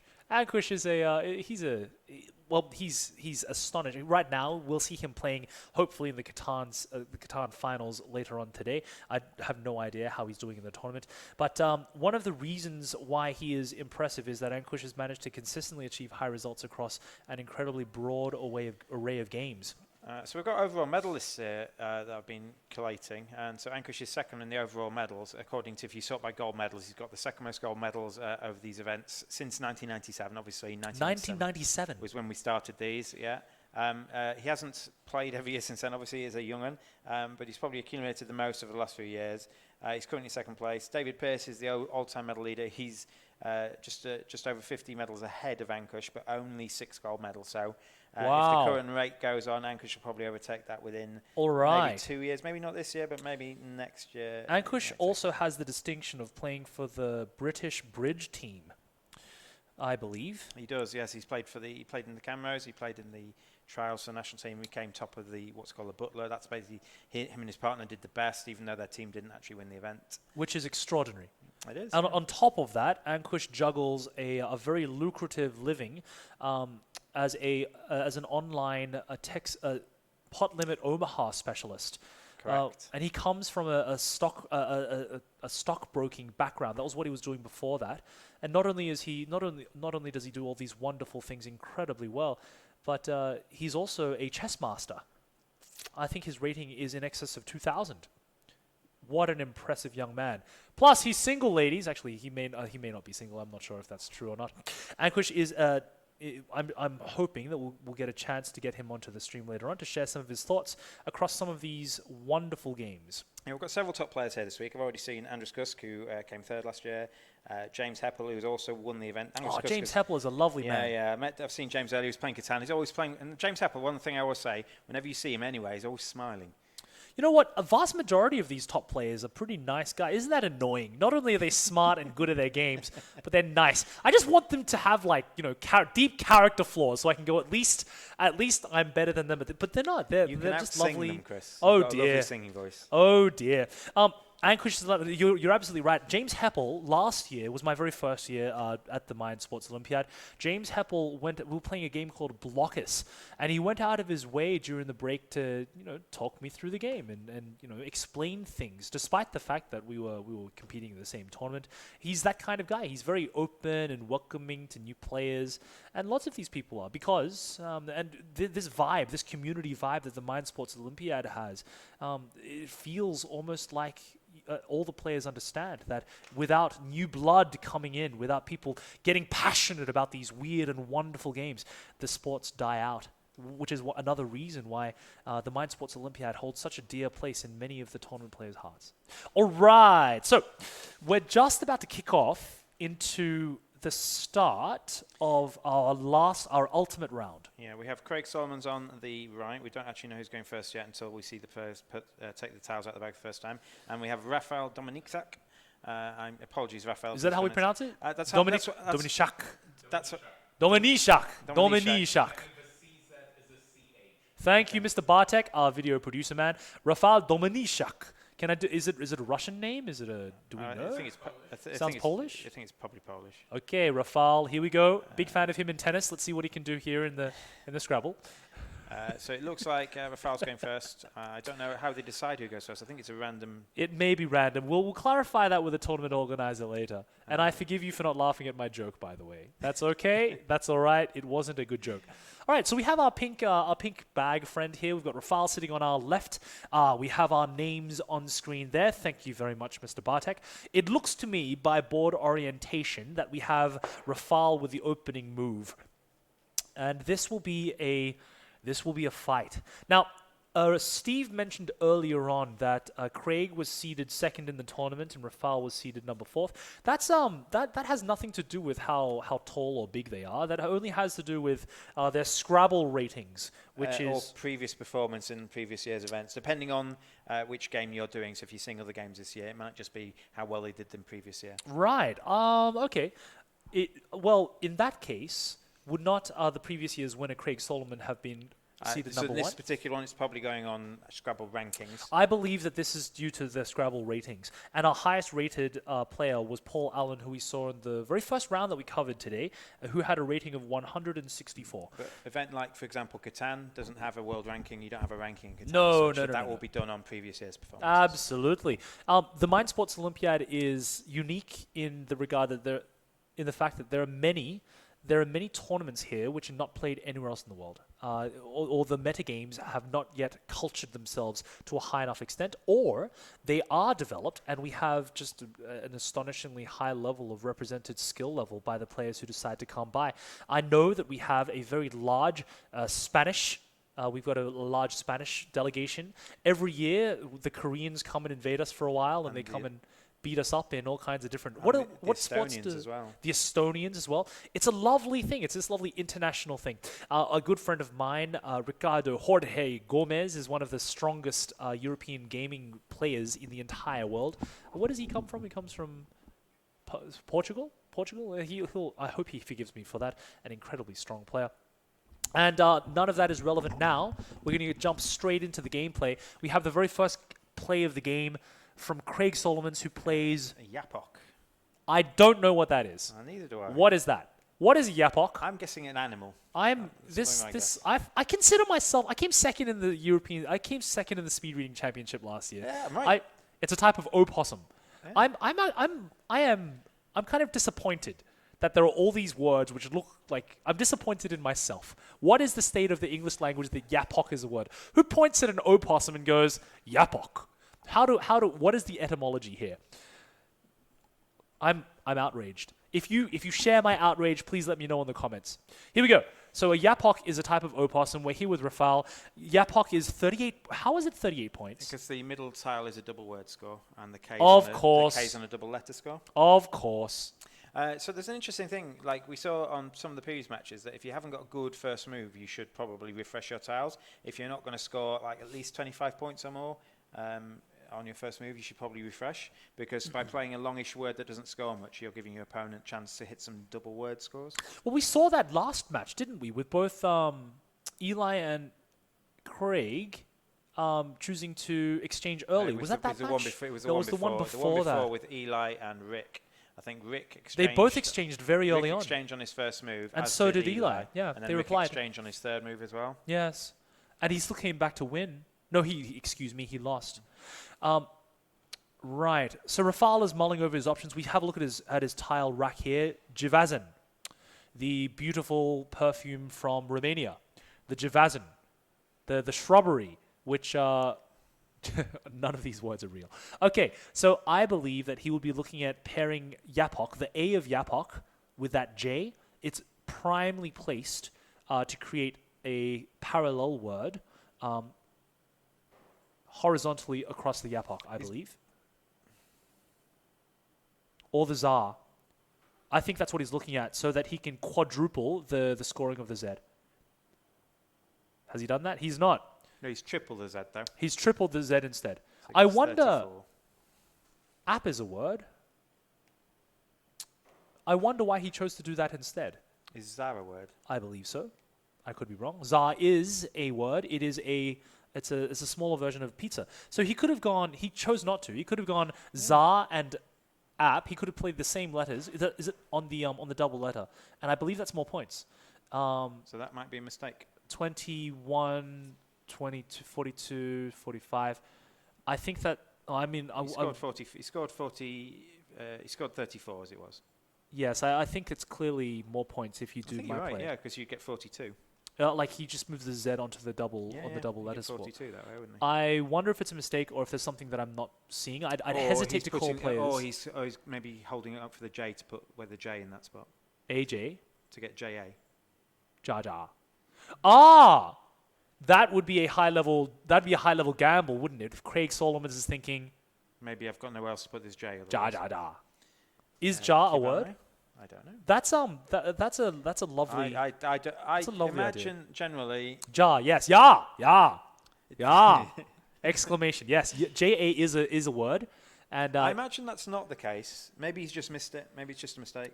If my opponent has a full rack of 7 tiles, am I really going to gamble that he's not going to take that one spot so that I can do it next turn? I would probably, I would just play the Zap. I just play the Tsar. I just play the Tsar in the app, and I just score more points. Right. I think you're right. I would maximize my. That's how I play Scrabble. I'll try and get the biggest word scoring. Look, Look, this is exactly why Rafal taking advantage of the young man. Craig Solomon, sit down. I'm Rafal. No, I'm sure he's not as rude as that. But I wonder. I want to come back to this point, and I wonder if Craig Solomons would favor me with a response. If you're a high level Scrabble player, because we're watching the Mind Sports Olympiad chat stream now. Why do you think Craig has chosen to play Zap as opposed to Zaza? If that makes any sense at all. If you have some insight to share with us, please let us know. All right. So with that placed aside, we've got Haj played by Rafal. And we are back on to our good friend Craig. A Hajj is a Muslim pilgrimage to Mecca, and one of the key words to remember for using the J. It can also be spelled Hajj, H-A-D-J, or Hajj, H-A-J-J. And one who makes a Hajj is called a Haji, or a Haji, or Haji. Lots of different ways of spelling. Lots of different ways of spelling it. We're just going to have a quick look at the scores going to the last match. You'll generally see people at the top of this leaderboard vying for the medals. You imagine anyone who's only lost once has still got a chance going to the medals. So while Craig is thinking about exonerating or exoning, we can see the scores here. So you can see the two players we've got, Raphael and Craig, undefeated. We can see Ellie in third and Vince in fourth. They've only lost once each. I imagine they've probably lost. Ellie's at least lost to Ellie lost to Craig, we saw it earlier, and Vince probably lost to someone highly up there. I don't know. It probably was not Raphael, because otherwise Vince had lost two. But anyone who's currently lost once has got a chance of a medal. So you imagine that Raphael and Craig are guaranteed a medal. The winner of Ellie and Vince, should they be playing each other, will be guaranteed the third medal. Yes, of course. But no medal counts unless it is gold. Correct. Yes, obviously, as high functioning. I'm kidding. I'm joking. All medals are equally as valuable. To go and defeat an event like this is super, super hard. It's extraordinary. It's extraordinary. A bit of luck in the tiles you get, and you need to be bingoing a lot. So that even just losing once and getting a medal is a fantastic achievement in anything like this. Craig's been up there. He's won this event. He's come second and third also over the last few years. Ellie's come second before. Vince, I believe I've seen his name somewhere when I did my little research thing there. But you can see. So we'll bring you news of which three people get the medals in what order as soon as we know. It might be in the Catan event this evening. We're probably going to, when this stream finishes, it's probably going later than we expected. We would be expecting to finish at 5:30, but we will take you to the end of this match. And then we'll be back for the Catan stream this evening. Oh, I'm looking forward to that. Around 7 o'clock, dear. Or maybe a teeny bit later, depending on what time this match finishes. Yes, sir. Yes, sir. Okay, so back into the match. And thank you so much for that update. Where we're heading straight into it. We've just had kibble. I believe that's the kind of thing that you feed dogs, yes? Kibble? Or is that with a... Is this an alternate spelling of the K-I-B-B-L-E? That's kibai. That's kibai. Is it? No, this is K-I-B-E-I. Ah. But we had that earlier. That was Craig's second one. And Craig's third one is... Exon, which we saw him put to the side, and I don't know what Exon means. What's Kibai? Kibai is someone of Japanese ancestry, born in the US and educated in Japan. That's interesting, isn't it? Wow, how that's very specific. Yeah. I feel like it is a Japanese word then. A Kibai. You are Kibai. Hi. My lovely Japanese accent. We'll see how many accents we can put in all day. An Exon is one of the officers who command the yeomen of the guard. The yeomen of... I don't know what that is. What is... a yeoman is... Isn't that the like first a man? Peon or something? A yeoman is like a... Yeah, a laborer. Yeah. So the laborer of the guard, it feels like some kind of Russian an early English thing. Is yeoman Russian? Let's see. That was his way of saying I don't know. Yeoman etymology. We're learning things. Here, at the Mind Sports Olympiad live coverage stream, you will learn things, whether or not you like it or not. A yeoman. A member of social class in England and the United States. A man holding and cultivating a small landed estate, a freeholder. A servant in a royal or noble household, ranking between a sergeant and a groom, or a squire and a page. Okay, so an exon was someone who was in charge of the squires and pages, I guess. All right. Oh, we've got a word here. Yes, we do. This is riven. To cleave something in half, for it is riven. Something that is broken. And this is one of those parallel words. So the N goes with Han and the E goes with Yi to score effectively 3 different words there. Where are our point scores at, my friend? The point scores so far, with this one still to come, is 97 to 69 in favour of Craig. But Raphael's going to score Riven. I imagine it's going to be very close at the moment. Riven will probably get you close to the points needed to tie. So just going to work that out for you now and let you know as soon as I can. The V goes on a double letter score as well, so it's pretty good. Oh dear. Oh dear. Right. So, that looks like a triple letter on the right-hand side of BE. Is EXE a word? To execute something. Nope, it is not a word. It's a computer terminology. It is, it certainly is. We have the scores so far. There's 7 points in it. Raphael's on 92 and Craig is on 97. So still to play for. No bingos as of yet. Again, if you're watching at home and you can see one, if you can see one just on the rack, not necessarily where they can put it on the board, but if you can see a 7-letter word in their rack and you can shout it out, we will tell the rest of the people watching that you've spotted it with your name with it. We will give you 100 imaginary internet points. And they matter. 100? Internet straight. 100. As many as that? As many as that. Wow, we're generous impressive. here. We're generous. 100 of the internet points. Okay, so we had Feed Ho earlier by our good friend. We've been told that the echo is back, so apologies. We'll try and sort that out as is that an old message? I think that was an old message. Yes, it was an old message. So, Thomas, can you please show the players? A couple of reasons we're not. A couple of players don't necessarily want to be filmed. I think Craig didn't really want to be on stream, but he's accepted, knowing that we're focusing mainly on the board. So some people don't necessarily want their face on the internet, but they're happy to watch the play. So because some players do and some players don't, we're not aiming to show the players. Oh, that's what he meant. Yeah. See, I thought that he wanted to see the players as we're seeing them now. So if that's what you mean by please show the players, show their faces, you can possibly see them on the media. The presentations potentially might be taking pictures of people receiving their medals. Obviously, if you really want to see the players, just come down to the event. Yes. A lot of them will be around for the weekend. Come to the JW3 here in North Finchley, London, and you too can participate in no worries, Thomas. In our game. FedEx. Okay, so FedEx by Craig, taking advantage of the EX here, inching his way towards the. It's on double word as well, so it isn't on parallel. It's just a single word, but you score the X and the F for a double word as well. Indeed. Certainly a word that would not have existed. What? How old is FedEx? The Federal Express of America. Certainly as old as Castaway. Is FedEx a proper noun? To FedEx something. I think it is a verb now. Because it's been like to Google something. To FedEx something, yes. Yeah, like Google's a word now, isn't it is a syllabic abbreviation of the name of the company's original Air division. Okay. And it has been around since 1973. All right. All right, like to tweet something? That's a word now, isn't it? It is a word. I'd imagine so. Let's actually check it up in the official Scrabble thing. Can I tweet something? Is that something in Scrabble? I imagine it's the sound a bird makes. Tweet. Verb. Yes. Chirp. Well, I'm an idiot. Of course it is. Excuse me, right? But no. Don't yell at me, internet strangers. I think it should, because people use tweet and Google. People use the words, I'm going to Google that. Yes. Yeah. I'm going to Snapchat that. I'm going to Alta Vista that. Probably they need to pick a better name. What the heck is Alta Vista? Alta Vista was the search engine before Google. Was it? It was, yeah. Can I Snapchat that? How about Well, Snapchat. Thankfully, Snapchat is not a word. How about Instagram? I'm going to Instagram this. Just wait. It is. A verb. It is a verb to Instagram something. To Instagram something. It's an allowable legal play in the Scrabble official word book. So you're looking at Raphael's rack now.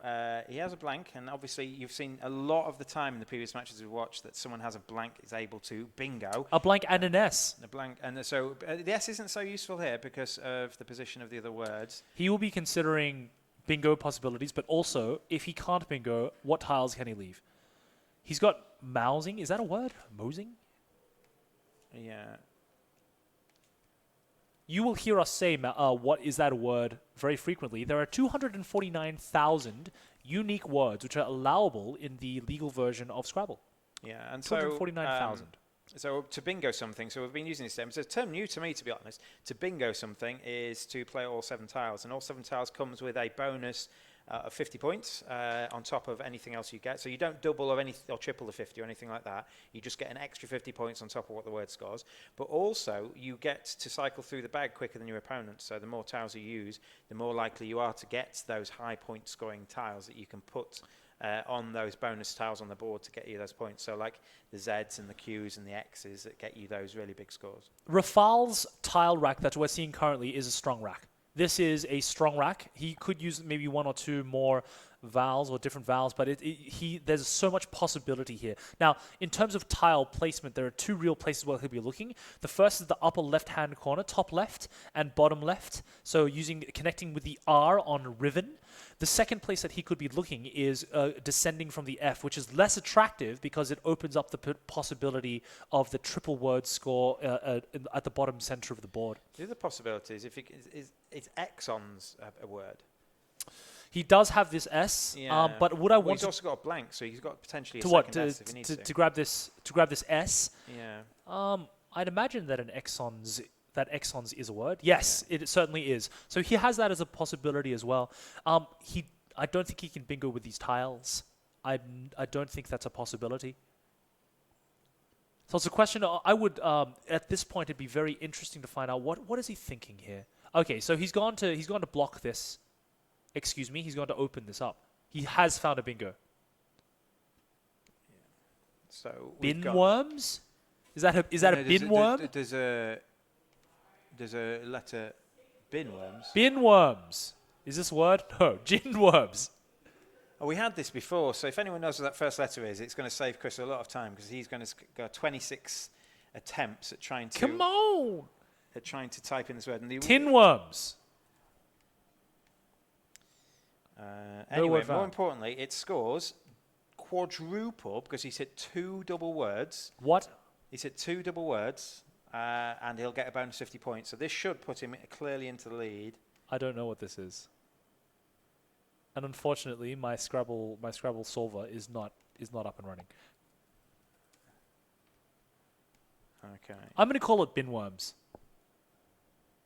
I like bin worms. It's not the word bin worms because I just checked it up. And I see. So we're here at the JW3, which is a Jewish center, which has blocked off some of the apps, and it's managed to block off my Scrabble solver, which is a very naughty program full of naughty ideas.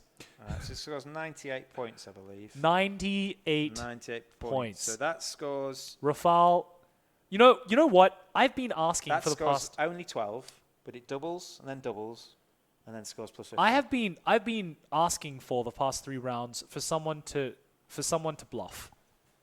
I want this to be a bluff so bad. I want Rafal to simply have laid down the tiles and said, bin worms, go. So anyway, Craig has an S. So we know that exons is a word. If Craig can also bingo with an S at the end of exons, he can actually potentially outscore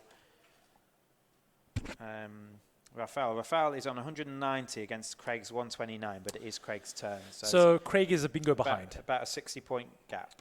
That is 61 points, indeed. Steve right now is having a look at. He's trying to find. Oh, we have technical help. What can I do? We're getting through the bin worms. We're going to get through our Scrabble solver. Excellent. Okay, so Craig's reply. I don't know what Craig did. Pinworms, excuse me, pinworms. Pinworms are tiny, narrow worms. They're white in colour and less than ½ inch long. I've heard them called threadworms. It's not a bin. I wanted it to be a bin worm. Thank you very much, Bartek. Bartek has solved the pin worms. We've got a facsimile. Vacciné? Yeah, he's just another bingo. So advantage to foul. So while we were looking for pinworms, Craig played Hebe, I believe, above Exxon. As in the heebie-jeebies? I imagine so. Yeah, I thought that was HEEBEE. Yes, I believe so. Let's check what a hebe is. Any of various flowering shrubs. Obviously. It's a shrub. Everything. It's just a shrub. Everything is a shrub.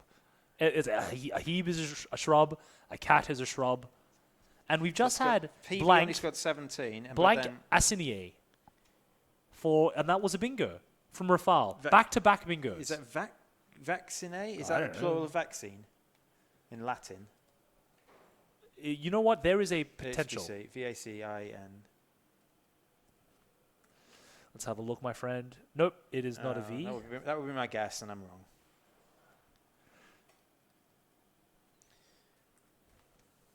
Bassinier. We haven't had enough bluffing. I don't think we've had any incorrect words. It's just we've been not good enough to work out what it is. You know, don't say that. Don't say that. Think it. Don't say. All right. So we've got Steve will be working out the current scores again for current standings, but Craig is certainly on the back foot. Yeah. By my rough guesstimate, I think the deficit is about 100 points now. Yeah, it's 106 points, the deficit. Okay. It's 252 for Rafael, plays 146 for Craig. So Craig's in definite need of a bingo. Here we go, Craig. We need back-to-back plays now. We're no longer in the territory of one play. This we mentioned earlier on that the stakes for this round in the tournament are the highest yet, as is probably natural in a tournament of this size. The winner of this game wins. The winner of this game wins, and the person who comes second will likely win the silver medal. Based on, depends on the spread if they haven't played each other. No, based on head-to-head, I believe that it is unlikely. Depends who ties, though. So let's, for example, say that Rafael wins and Craig comes second. Sure. If Ellie also ties second, then Craig will win. Sure. But if Ellie loses, Craig will not have played the other player. Yes. Okay. All right. Here we go. Codeines. The thing that my wife will yell at me for when I talk too loudly. Oh, this is a bingo? So he did need that. He did need that. He's back in the game. He only gets Craig. a one double, so it won't be 100. It will be probably close to 70. But This is, Craig is fighting. He's one of the main things that I've been impressed with is how mentally tough you need to be. 74. Well done, Craig. So the difference now is Right, only ratting. 32. This is a good tile. Prating, as in a pratfall. Is that another bingo? Oh my, that's three in a row. This is we're trading blows here. We're trading this blows. is a very open game now, although a lot of the space has just been taken up. Yes, it started quite closed, and then boom. Prat, the buttocks. A prat, P-R-A-T-T, is a verb to hit on the buttocks. So if you've To a been pratting pratfall, someone, a pratfall is to fall on your buttocks. We learned something new. So prating, if I'm prating, then I am hitting somebody on the buttocks or being hit myself. I wonder, actually. It's extraordinary. Here we go. We are now looking at the tile rack of Craig. Okay. He's about a bingo behind. Two bingos behind. It's probably two bingos behind. It's 322 plays 220, so 102 point difference. Right. No respite. It's much harder to place a bingo now, I think. We are. There's the S from Codeines. Yes. Potentially. We have whatever the blank is. I don't know what that blank is. On the far left-hand side of the board. We think it's not vaccinate, is it? No, it's not. It's not a V or a B. T? B? You've tried B, have you? I have. The issue. We've got the Scrabble official word check here, but my solver is being blocked. Yeah. So that's where you can put in a blank. Yeah. All right.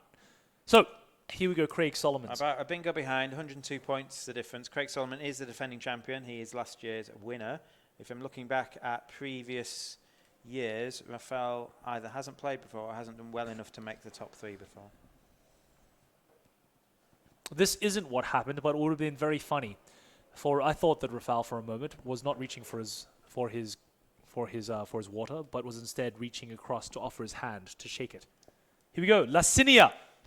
Thank you, Mr. Bartek. Here we have a friend, Lasinia. That's the blank. The blank is an L on the far left-hand side of the board.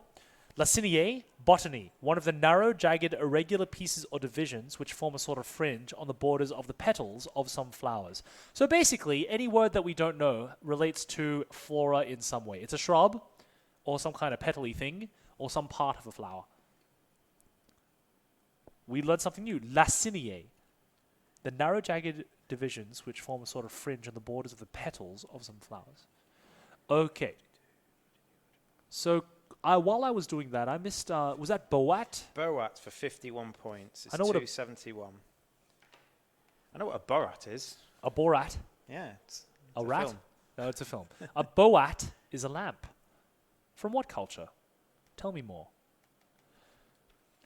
Tell me more, internet. Boat definition and meaning. A small lamp. A Scottish dialect. In the Scottish dialect, a How would I boat. say that in Scottish? Everything. A boat. A boat. You make me feel on top of the world. A boat. I've got a friend who's Scottish who's been teaching me this one phrase of world. I don't do it very well, apparently. But you know what? She's not here, so we can decide that I do it well. Back to the game. We've got this triple letter in the corner. Ma? I did not know that this was a word either. Is it a part? I bet it's a shrubbery. Like someone else asking about the skill in Scrabble, how many of these words do you see in everyday usage, and how many of these have you seen before? Like, I imagine anyone who isn't a Scrabble aficionado will be... You just don't know these words. Yeah. But I wonder how many of these words the Scrabble players themselves know, because the vast majority, as we mentioned before, otherwise just like repetition. they just learn words. They just learn word combinations. The vast majority of high-level Scrabble players don't know the meanings of these words. They just know that these are words that exist in Scrabble. A ma is a verb of goats, a bleat. So when a goat bleats, ma. I feel a little bit let down here. I feel let down. Like ma. Ma. Can I just make sounds? Can I make a sound and put that on the Scrabble board? Okay, here we go. So we are with Craig. You're behind Craig. Yeah, behind by 70 points. 73 points behind. Here we go. It's So less than... this is a high-scoring game, much higher than the last one. It's 344 plays 271, but that has come from Raphael getting 3 bingos in a row. These are tiles which are certainly bingoable. If you didn't get 3 bingos, if you just ignore the 50 points of bingo, Craig's outscored him. Nord? Drew...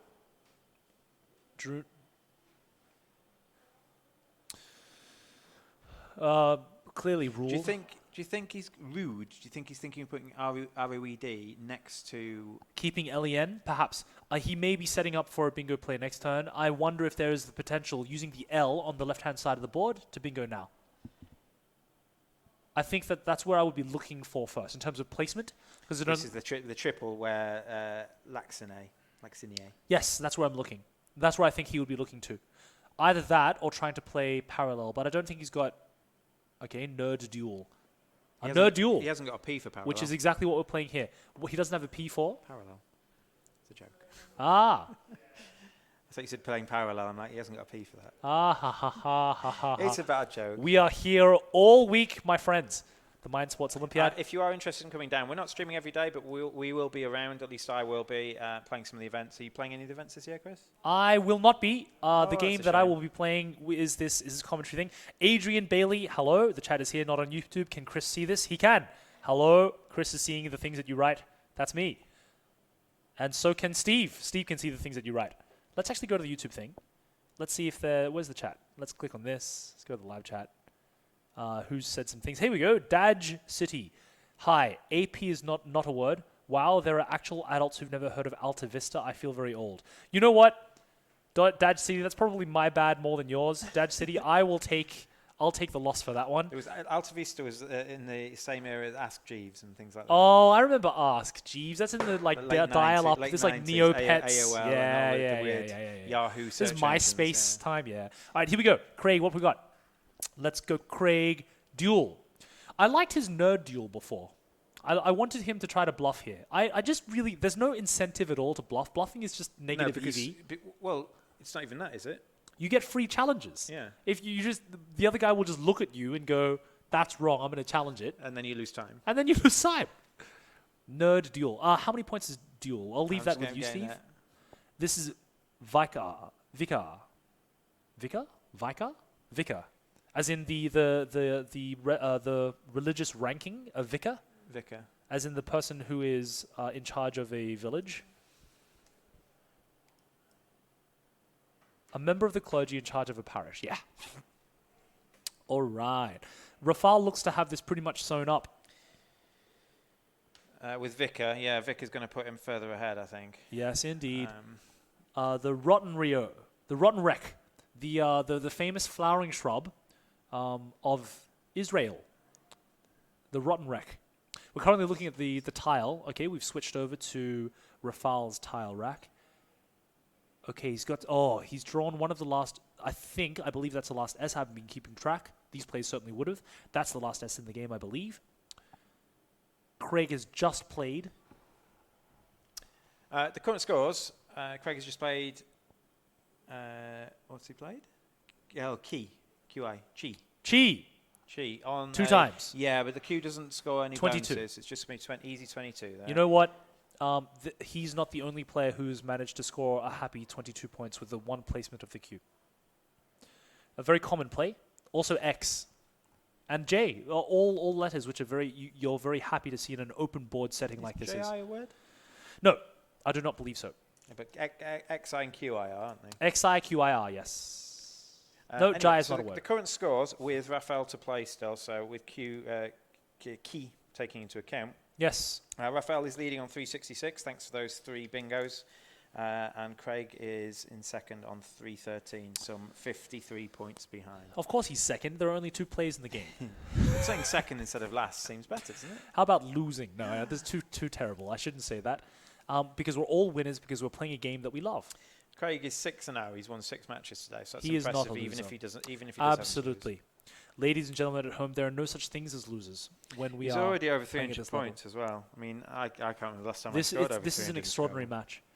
It's an extraordinary match, not only for the complexity of the wordplay, but for the metagame on top of that, for how these players are placing these tiles in response to one another. We're seeing that quite. We're seeing quite a high level of play, and I hope that our commentary is shedding some light on how these players are playing so far. We have that was an L. This is FLYUT. I hope at home that we're at least learning some new words, that we're learning some strategy. If you'd like to get better at Scrabble, one of the things that you can do is you can start by memorizing what the 128 2-letter word combinations. FLUIT, and I'm not going to try to pronounce. I'll have a go. I'll have a go. It's a flute. Is a Dutch sailing ship for our friends at home. A very uncommon play at this stage of the match, although understandable. No, actually, it's very understandable. Craig is behind about... The scores stand at 396 for Rafal. Has Craig just passed? He has. Rafal has 396. Craig had 313. Craig is behind about 2 bingos. Yeah. And he just chose to exchange his entire tile rack. If he doesn't get a bingo, he can't win. He needs 2 bingos in a row. And I think because of the way the spread works in this field... it doesn't matter. The spread probably won't matter. So yes, so the reason why Craig is looking to exchange is because he's been keeping track of all of the letter tiles, as actually both players have been, all of the letter tiles which have been used, and therefore what letter tiles have been removed. Because of that, he understood the context, what's the word I'm looking for, the feeling, there's a word. No, there was a beautiful word that I just had at the top of my tongue. We can see that Rafael has actually got a 7-letter word on his rack, I believe. Yes, the Enruto. The other one, that's Craig's. Are we on Craig's turn, are we? Is Rafael passed This is Craig. Yeah. Rafael passed as well, did Rafael just passed.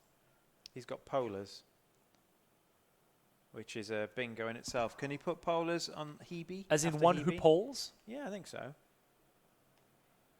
If this is true, this will be back-breaking. And I think he can put the S after Hebe. Yes, one who polls, and a poller. Is Hebe's a word?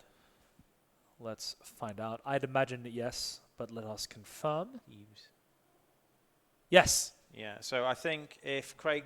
It's hard for him to spot it, but if he does not block he wouldn't be thinking of that potential bingo he may after be. Hebe's. Well, his first thought process will be, how can I bingo? Because at this point, when you're playing so far behind, you don't have the luxury of thinking of can I play defensively as well. Generally, you're just thinking, how can I maximize my score? I would certainly be trying to look at the triple word down the bottom, below the C of Vicar, excuse me.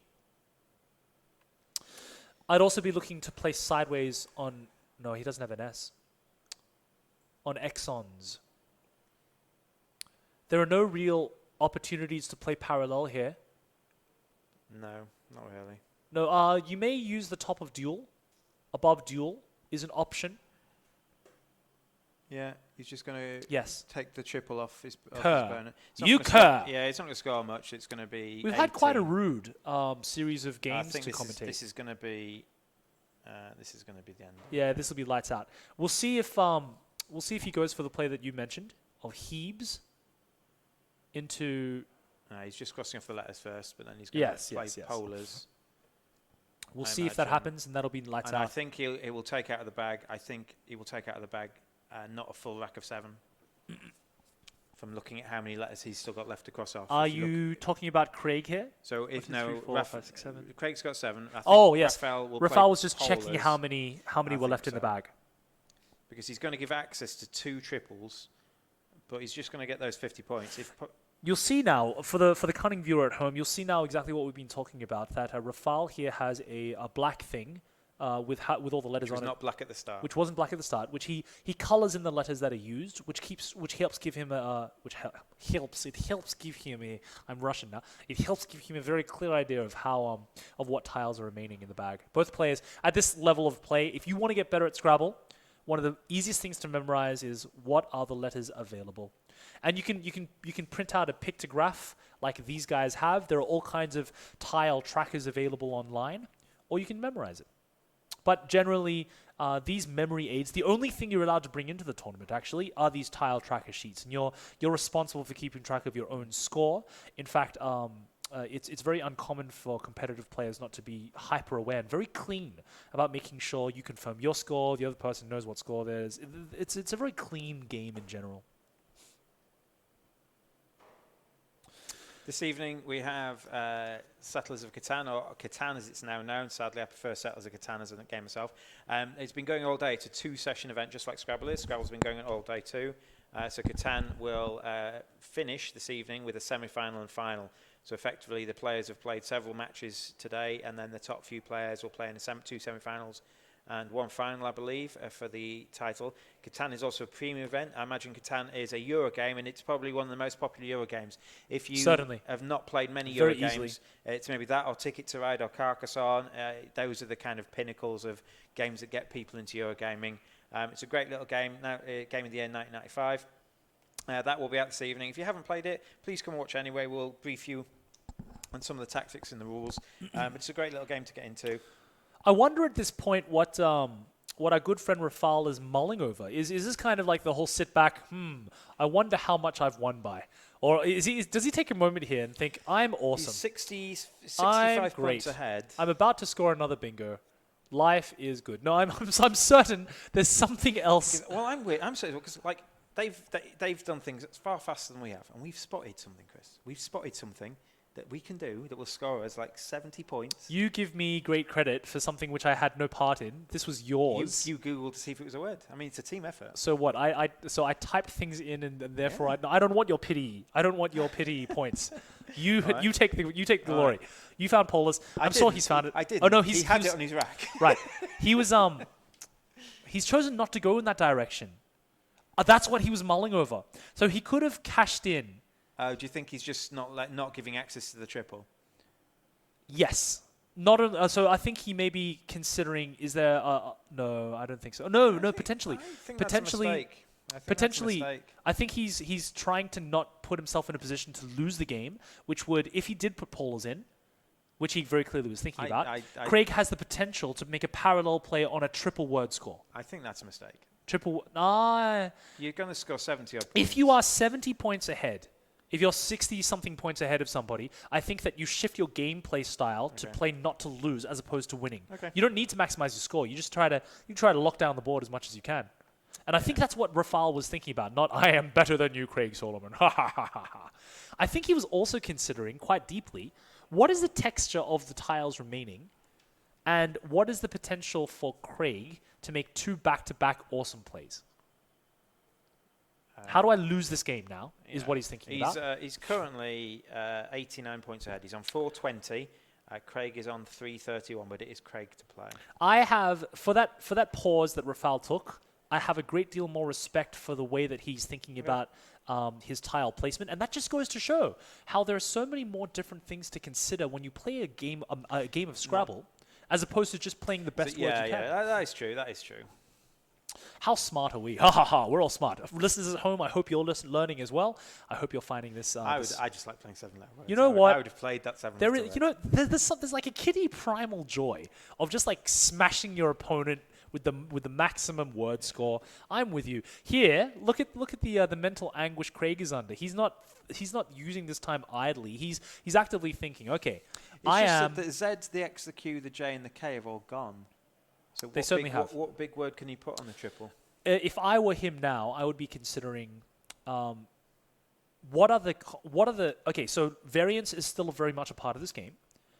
What are the things that can go in my favor? If I draw the right set of tiles, and on this board, on the context of this board, what do I need to happen in order to win? In order to have a crack at winning?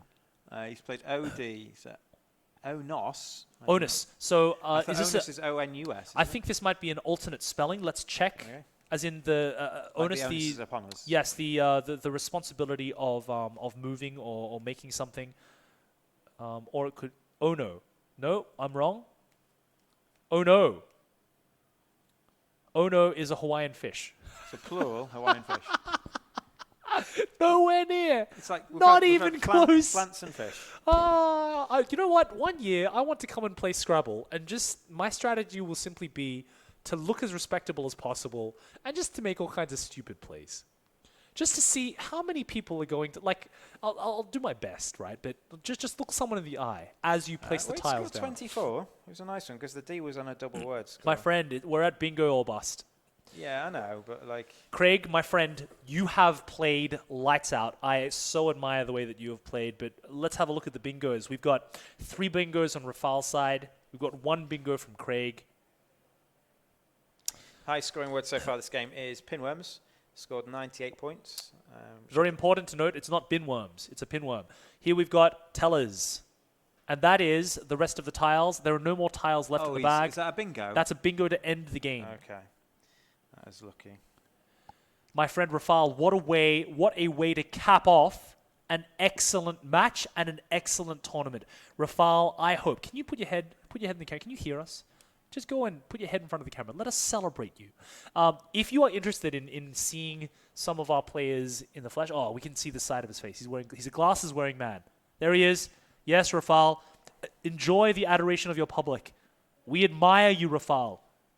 Your brain is a beautiful brain. Look at that. Yes, write diligently. Look at that, you smart man. I think Craig, well done to you too. 345 to 501. Wow. You know what? Raphael. For a 4 bingo to 1 bingo advantage, right? 3 bingos, that's 150 points. We see that, don't we? Yeah, there's the difference. Finished 156 points ahead and 150 points ahead in bingo. I mean, it's not an exact metaphor, because included in that we have Craig's bingo as well. But what an incredibly tight game. I don't know about you. I learned a whole bunch of new games. A bunch of new words, yeah. I knew like 50% of those at best.